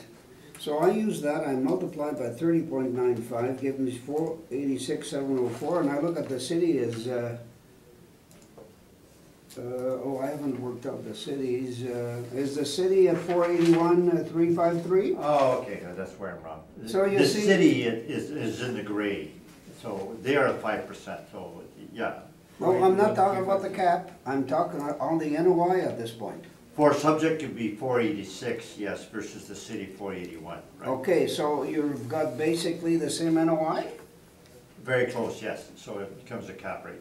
Oh, okay, okay, well, Yeah, yeah. I thought I was in left field, but I guess I'm not. No, you're, So it becomes a cap rate issue.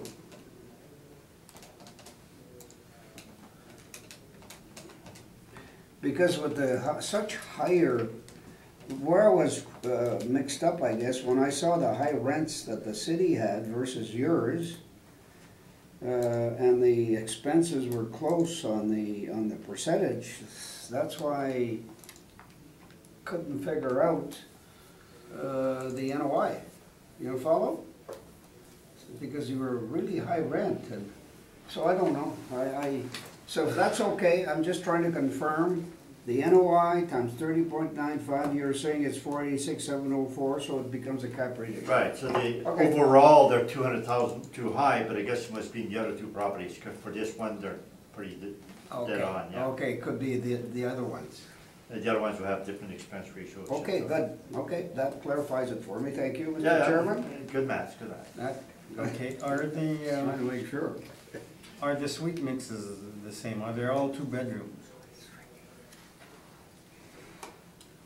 I don't think so. I think they're different, actually.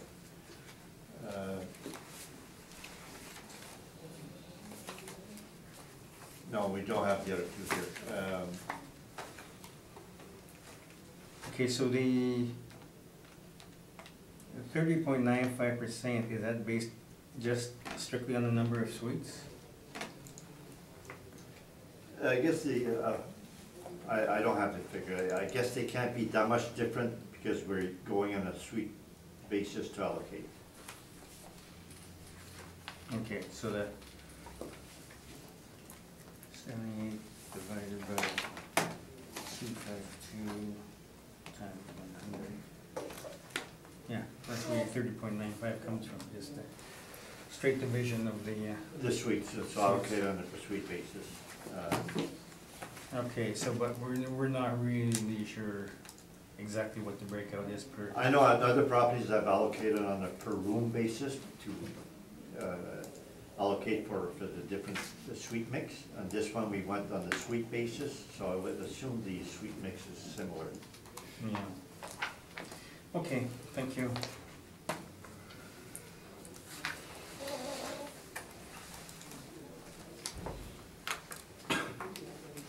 So we'll go to 5 Lake Crest Road.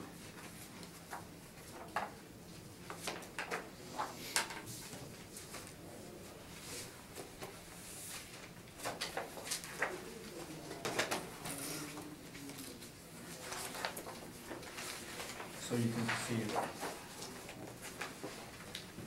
Thank you, Mr. Chair. Next property has a file number 19-2603. The roll number is 030679899900. It is located at 5 Lake Crest Road. We're dealing with the roll year of 2020, using reference date of April 1st, 2018. The assessed value is $13,546,000. The property is a residential apartment with 4 buildings and 2 stories, with an actual and effective year built of 1977. It has 96 suites with 114 outdoor parking. It is zoned as residential multifamily with a land area of 167,199 square feet, a planned area of 40,672 square feet, with a gross floor area of 81,344 square feet. Sorry. On page 3 are a couple of aerial photos of the subject property. On page 4 is the income valuation summary for the subject property. There are 96 total units with an average monthly rent per unit of $1,126.38, which is model derived rent. Has a vacancy rate of 2.4%, an expense ratio of 46.52%, giving it a total net operating income of $677,296. Using the capitalization rate of 5%, the capitalized income is $13,545,920. On page 5 are some rent comparables. They are ranging from $1,098 up to $1,447 average monthly rent per unit. Right below it is the map of the subject property and the comparable rents. And on pages 6 and 7 are the capitalization rate charts. And on page 9 and 10 are the 2017 income and expense information for the subject property. And that's my presentation, Mr. Chair. Any questions, Mr. DuPont? Yes.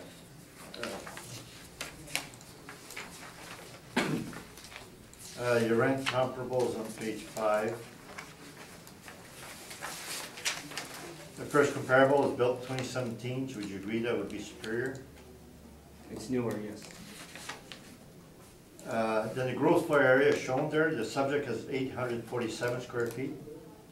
And your comparables are 1,093, 1417, so that number 2 is very large. Yes, that's correct. Then the other one's 1010 and 1137, so they're all larger per suite. Yes, that's correct. So would you agree that indicates a downward adjustment for your rents?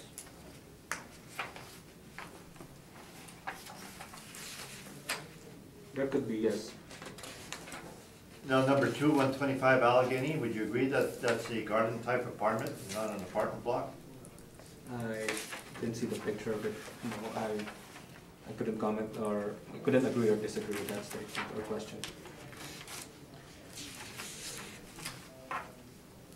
Number of stories, it's your 4th item, and subject is 2, and your first comparable is 7 stories, so that's a high rise. Yes. And number 5 is 5 stories, so would you agree that the fact that there are different buildings and high rises would have different rents? I haven't made that observation yet, if there is any difference. That's all the question I have. Thank you. Okay, Bob, questions? Again, did you look at the mailer? Yes, sir. Any overrides for the mailer or anything that you noted on that that's significant? In terms of the model, no overrides on the model based on the 2017 income and expense mailer. Only observation I have is they have high maintenance, which is $165,490, which is over budget or over their year-to-date budget. So,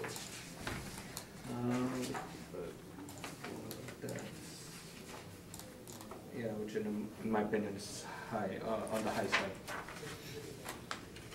Other than that, no other significant observation on the, or comment on the 2017 mailing. Okay. Thank you. Thank you. Yeah, Maurice? I was waiting for the order. On your mailer, if you're looking at the mailer on page 10, your revenue is at 1197 and the model is 1297. I thought that was pretty substantial. It's $100,000 on the income side. So you mentioned stuff on the expense side, but to me, the gross potential rent is $1297 on your page 4, and the mailer is $1197. Any comment on that? In terms of percentages, sir, total expenditures on the actual is 546,744, and we are at 589,000. Look at it, and our net operating income is 677,296, as against, if I'm not gonna scrutinize or look at maintenance, straight up net operating income before major repairs and renovations, the mailer is indicating $650,387. It's $27,000 difference without looking at the maintenance, repairs and maintenance further, without examining it. I think 27,000 makes it closer in the end with an NOI. But without examining the income as well, because the No, income's at yes. 100,000, that's pretty important. Yes. Okay, my colleague covered the expenses, I've covered the revenue. Thank you, Mr. Chairman. And I covered the NOI. Okay, you're I don't know what I got left to cover. Maybe you can cover the clap rate? I just wondered, these are the two-story wood walk-up styles, so they don't have a central hallway. Looks like you got No. individual entrances for each suite. It looks like it, sir, yes. Now, would there be difference in maintenance costs because they don't have the central Hallway to maintain. hallway, and also being the wood finish, they sometimes they're not of the best quality. Well, there's a lot of other apartment blocks that are wood finish as well, and they have hallways as well. And in terms of maintenance, I don't think I'm not sure what the differences are in terms of the maintenance costs of having a common hallway than a straight up separate entrances. From my perspective is, if you have a hallway, you have to maintain it. Compared to this, which has separate entrances, there's no hallway to maintain. Having said that, having a high maintenance, I think it's worth to look at it. However, I don't have much more information to see. Yeah. Then they also have a lot of wooden staircases they have to maintain as well. Yes, but it's not as much as you are maintaining a hallway carpeting, which is more constantly being maintained. Okay, thank you. You can proceed, Mr. DuPont. Redirect on your page 10, it shows at the bottom, second last line, total major repairs and replacement. Have you checked that? No, I did not. I don't have further information on that. No, Rancho does provide more detail. This is the summary. Did you provide a more detailed financial statement that does have the breakdown of major repairs and replacement? No, I wasn't able to look at that, if there is. I don't have that. Okay, that's all the questions. Thank you. Okay, you can proceed. Yeah, so you see page 1, notes of the exterior photo. It's a wood frame building with the exterior wood stairways and going all along the So this needs a lot more painting, so that with wood frame exterior and with their own entrances out of wood, it's more repair maintenance usually. Nevertheless, if you go site specific, we don't need to make too much comparison in that regard. So subjects built 1977, so based on our cap rate, page 6, there would be a 6% cap rate. Now we should go to the financials, so that's page 11. So page 11, the Rancho gives a summary of all the expenses. So the tax and the insurance, they don't give a breakdown, but they do give a breakdown for everything else on the subsequent pages, page 12. And that's what these sections did not show, and then the Rancho does provide this second page with the details of each one. So there you have the potential rent that's shown, the vacancy, rent loss, and incentive discount shows there at $134,147. We disallowed the interest there. And then they have repair and maintenance. It shows the breakdown of their just regular maintenance. They have interior painting and suite. We've allowed only 97%, which brings it to 175 per suite maximum. So we allowed the 165, except for the 2% on the painting. On the next page, page 13, they have the repair, major repair and replacement. Now, we've had that for years and years and years and years. We've always allowed those items because it includes appliance replacement, which we allow normally. We allow the flooring replacement. And these are items that we allow, they just categorize it differently. So what we did not allow was the exterior major repairs, 69,000. We did not allow the exterior painting and staining, 3570. Now we should have probably allowed that because they do have painting to be done. We disallowed a hot water tank. We disallowed the windows replacement, which is relatively small. So that of the 123,000, we disallowed 72, 77, almost 80,000. So we've allowed about 43,000 of that. Then page 14 is the start of the 2016. The first it starts off with a summary of all the items. And page 15, it has the breakdown. So the repair and maintenance on page 15, we allowed all of those except for snow and waste, which we show separately. Page 16, under major repairs and replacement, we disallowed the exterior major repairs, 26,000. We disallowed hot water tank. We disallowed interior major repairs. And roof, we disallowed, and windows. Now, I would suggest that if we go to municipal board, I will allow a portion of the exterior major repairs in the interior. Now we disallowed all of that. I think we're really being overly conservative there, and we should have allowed some. Now we have the similar thing for page 19, which is the 2015.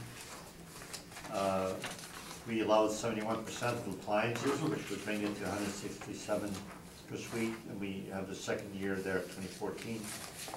We allowed also the same thing, 91% to get to the 167. We allowed 22% of exterior painting, and we disallowed hot water tank, and we disallowed the roof and parking lot. And 2013 would show on page 21, 22, and page 22 for 2013.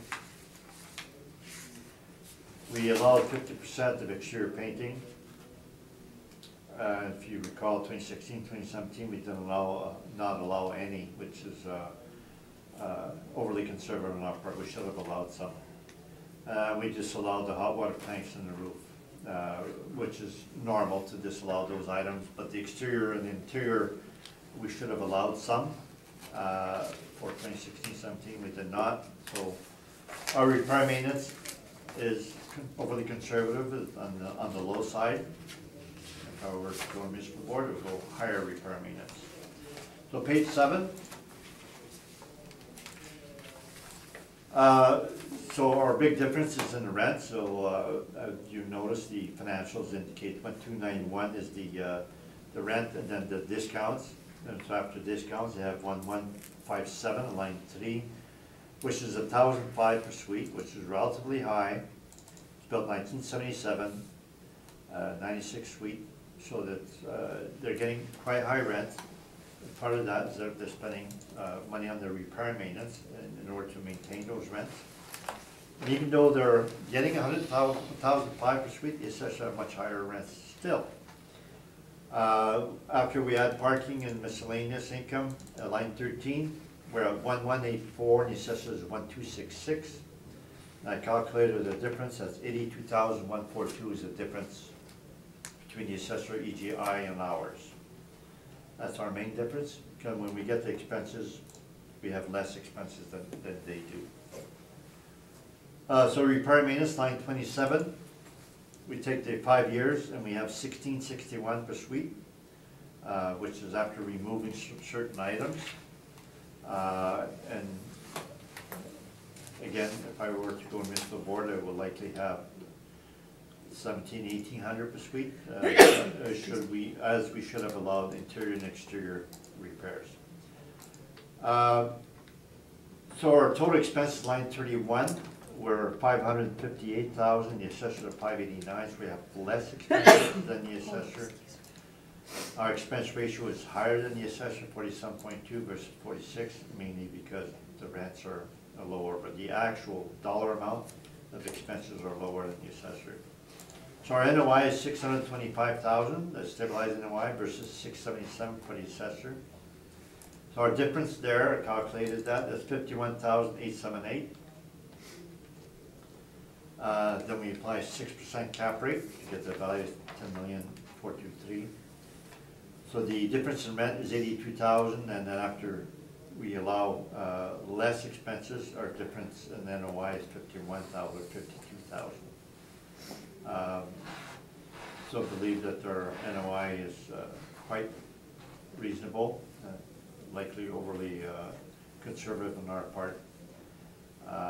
So the 625 is quite reasonable, and we use a 6% cap rate. That's my report. Okay, questions? No questions, Mr. Chair. Maurice, questions? Yeah, I'm just looking at your, always look at your cap rate chart, so 80 to 97 would have been 575, so we're close to that year, I guess. 77 puts it at 6.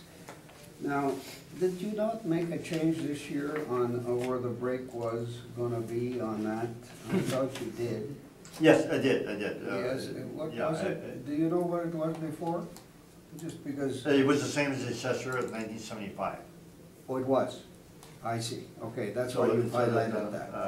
Part of our cap rate study is at the, like on page Yeah, okay. 2, which shows what we had before. Okay, And now the part of the data that we give, page 90, yeah, okay. 93, 94, we show that most of the apartment blocks, the highest number of apartments in Winnipeg are built in the 60s and 70s.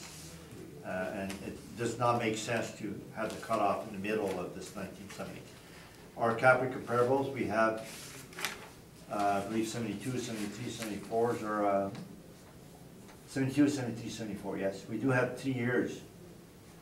And it doesn't make sense that 1975 would have a lower cap rate when 3 of our comparables are up to 1974.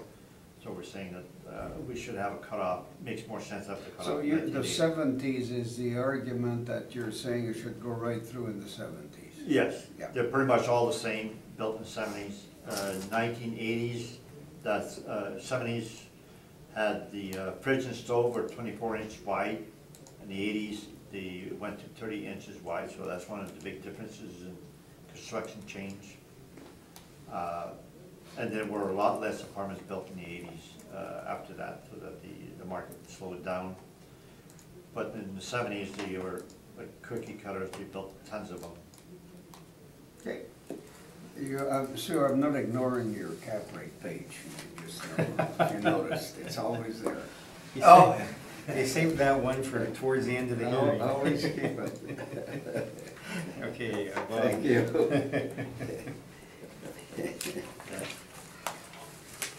You got the trick pitch. Questions, Bob? No, no questions, thank you. Okay, I have no questions, so we're now on to our last property, 925 Chancellor Drive.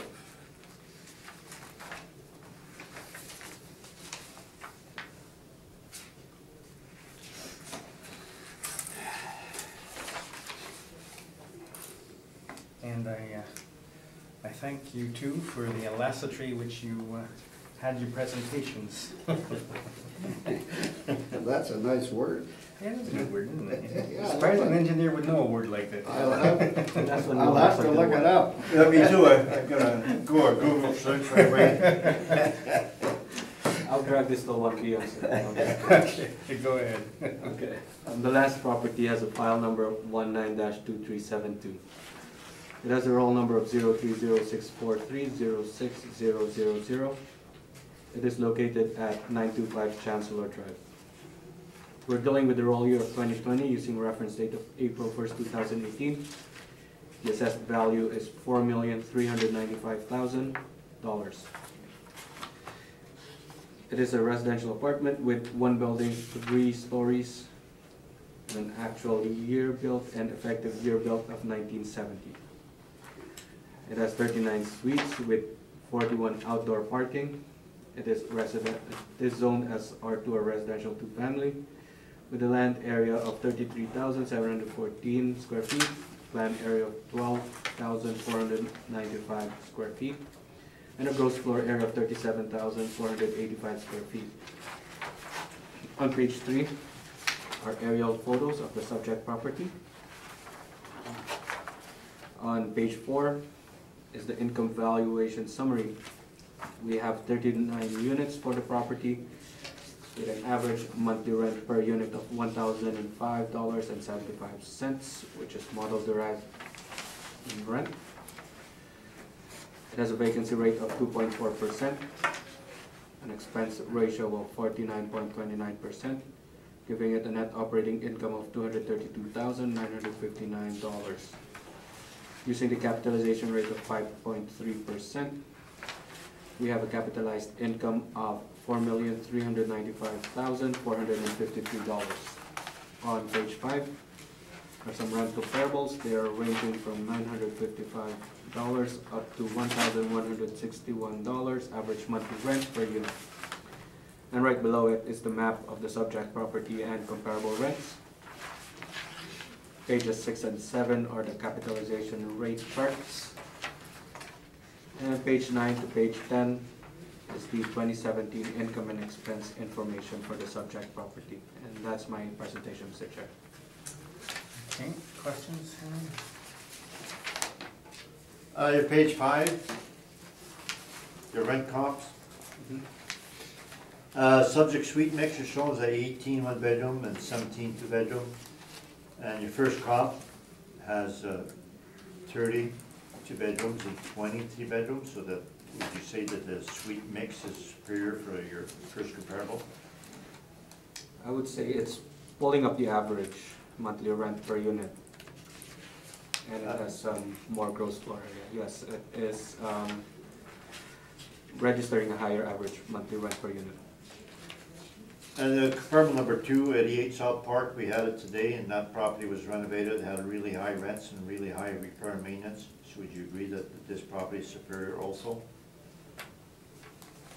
Yes. Comparable 3 and 4, they're built 1980, subject built 1970, so would you say they're superior because of the year built? Yes. And 50 and 50 South Park, we determined that was renovated also. So would you agree it's superior because it's renovated? Yes. Gross floor area for the subject is shown 961. And your first 2 comparables are higher, 1,400 and 1,100. So that would make those two comparables superior? They're bigger, yes, in terms of gross floor area, yes. The last two comparables are similar suite size, but they're 10 years in your work. So would you agree that that's not comparable either? It's smaller in terms of gross floor area. That's all questions? Thank you. Okay, Bob, questions? Yeah, just the question again about the mailer, any override to the, There were no overrides that were done on the model income valuation. any comment on what they reported?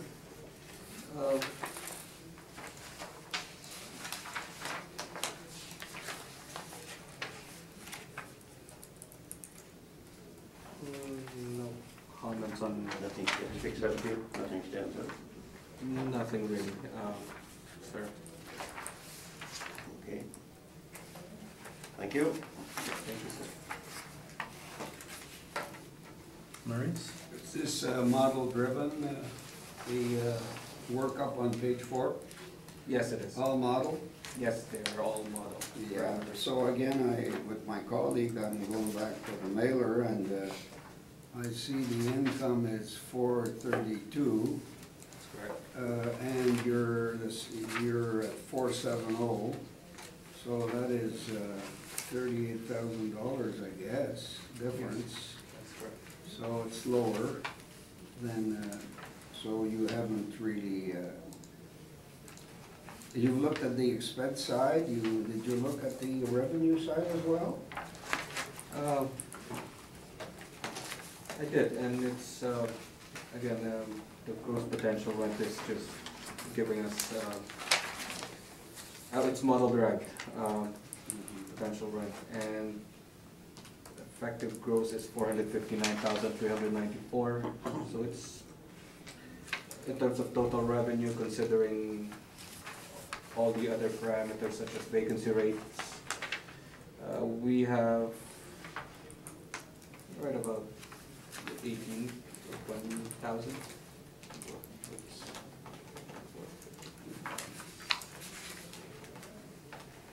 About $27,000 difference in terms of revenue and effective gross, considering the vacancy, after vacancy. Okay, thank you, Mr. Chairman. Thanks, sir.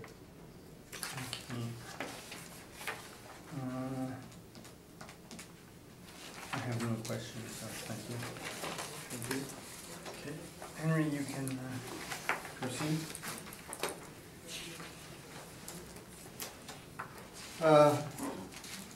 Page 1 shows the photo. Walk up masonry. Now the financials are start page 12. So it does show the rental income on top there, 417. They had parking, etc. We disallowed the interest. Now for repair and maintenance, we allowed 67% of the painting, which brings it to 175 per suite, so we maxed it at 175 per suite. The flooring, we allowed 74%, which maxes it out to 398, so we maxed it at 400 per suite. And the suite repairs, they don't give a breakdown, and we allow only 50% of that. That's for 2017. 2016 shows on page 15. The flooring is now only $23.75, which is only 61 per suite, which is much lower than the 400. So it's a bit conservative on our part to max out the 2017. We should probably average them out so that they had a very low year, then they had a high year. Nevertheless, we'll keep our repair maintenance for now the way we did it. The appliance replacement there is 100 per suite versus 167, so it's on the low side. There was no item that we disallowed that year. And on page 18 is the 2015. The appliance is 2,400, which is 62 per suite. It's on the low side. The flooring is so low as 2,800. That's $72 per suite, which is on the low side again. We allowed 95% of the painting, which brings it to 175, which is not a big adjustment, but nevertheless, we went to a maximum. Page 21, 2014, we allowed 98% of the painting to make it 175, and the flooring we allowed 86% to make it 400. General repairs, they don't have a breakdown, we allowed only 25% of that. And 2013 is a questionnaire, regular questionnaire, there's no breakdown of the requirement units, so we show that as the full amount on the page 7. So if we go back to page 7,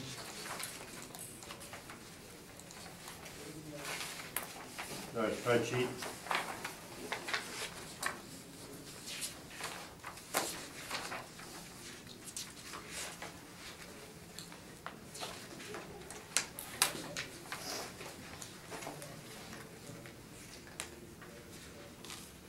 We show 415 as a potential rent, page 1, and that's from page 14, where the owner shows the potential rent. So they have that as 415, 376 from that page 14. So then when we calculate the difference between the actual received, etc., it comes to a positive 1906, which doesn't seem to make much sense, but the difference between what they show as potential and what they receive is in fact positive. Nevertheless, we stabilized at 2.4% vacancy from the 415 that they declare. We had lobby parking, we got 420,000 versus the assessor 459, so we got 39,000 difference there. We stabilized the expenses. Normal way, line 27, repair and maintenance. We stabilized 2014 to 2017 average. So we exclude the high year of 2013. And that comes to 1729 per suite. And the rents, line 3, are 888 per suite. That's relatively high. I believe we show around 800 for our repair maintenance study. Then the repair maintenance is a bit higher than the 1500 average, but we should not be going with an average. We should go maybe with a maximum. I would say a maximum for low rise should be around 2,000 per suite. So this one's a 1729, so which I believe is below the maximum. So our NOI is 185 versus the assessor 232. So part of that's the expenses, line 31. We got 9,000 more in expenses, and we have 39,000 less in rents. So that's the reason we have a difference in NOI. Then we have a 6% cap rate that comes to a value of 3089, or rounded up 3090. And that's my submission. Any questions? No questions. Okay, Bob, questions? I don't think so, thank you. Okay, Maurice, any questions? Yeah, you, page 12, bottom, suite repairs. You mentioned that you used, there's no breakdown provided, but you used 50%. Yes, Is that correct? yes. So how did you arrive at that? You just used your experience to break it down, or because there's no data to back that up? Right? Okay. Because there's all kinds of others, maintenance, and all kinds of different titles for repairing and so on, so I don't know what suite repairs means. Well, it means it's repairs directly to the suites, but the other ones would be outside the suites. Or now, to look at suite repairs, you have to look at other years also. So that if you look at page 15, The suite repairs was 18,000 that year. Page 18, 2015 was 15,000 that year. And then page 21, it was 14,000 that year. And page 2013, there was no breakdown. So we have 14 to 16 to 18,000 for other years. So when we allow 50%, 14,000 would bring in line to other years. That's your logic there. Yes. Okay, thank you. Okay,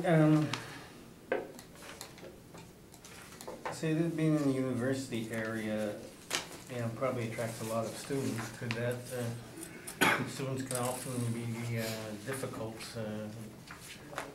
on apartments, depending on how much they're there to study and how much they're there to party. Could that explain higher maintenance costs?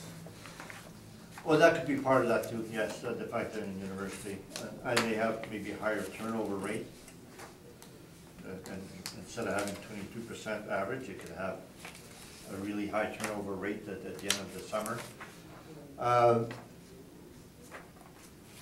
We go site specific, so that all the negatives and positive factors that go into this, being close to university, are in the rents, the vacancy, and the repair maintenance.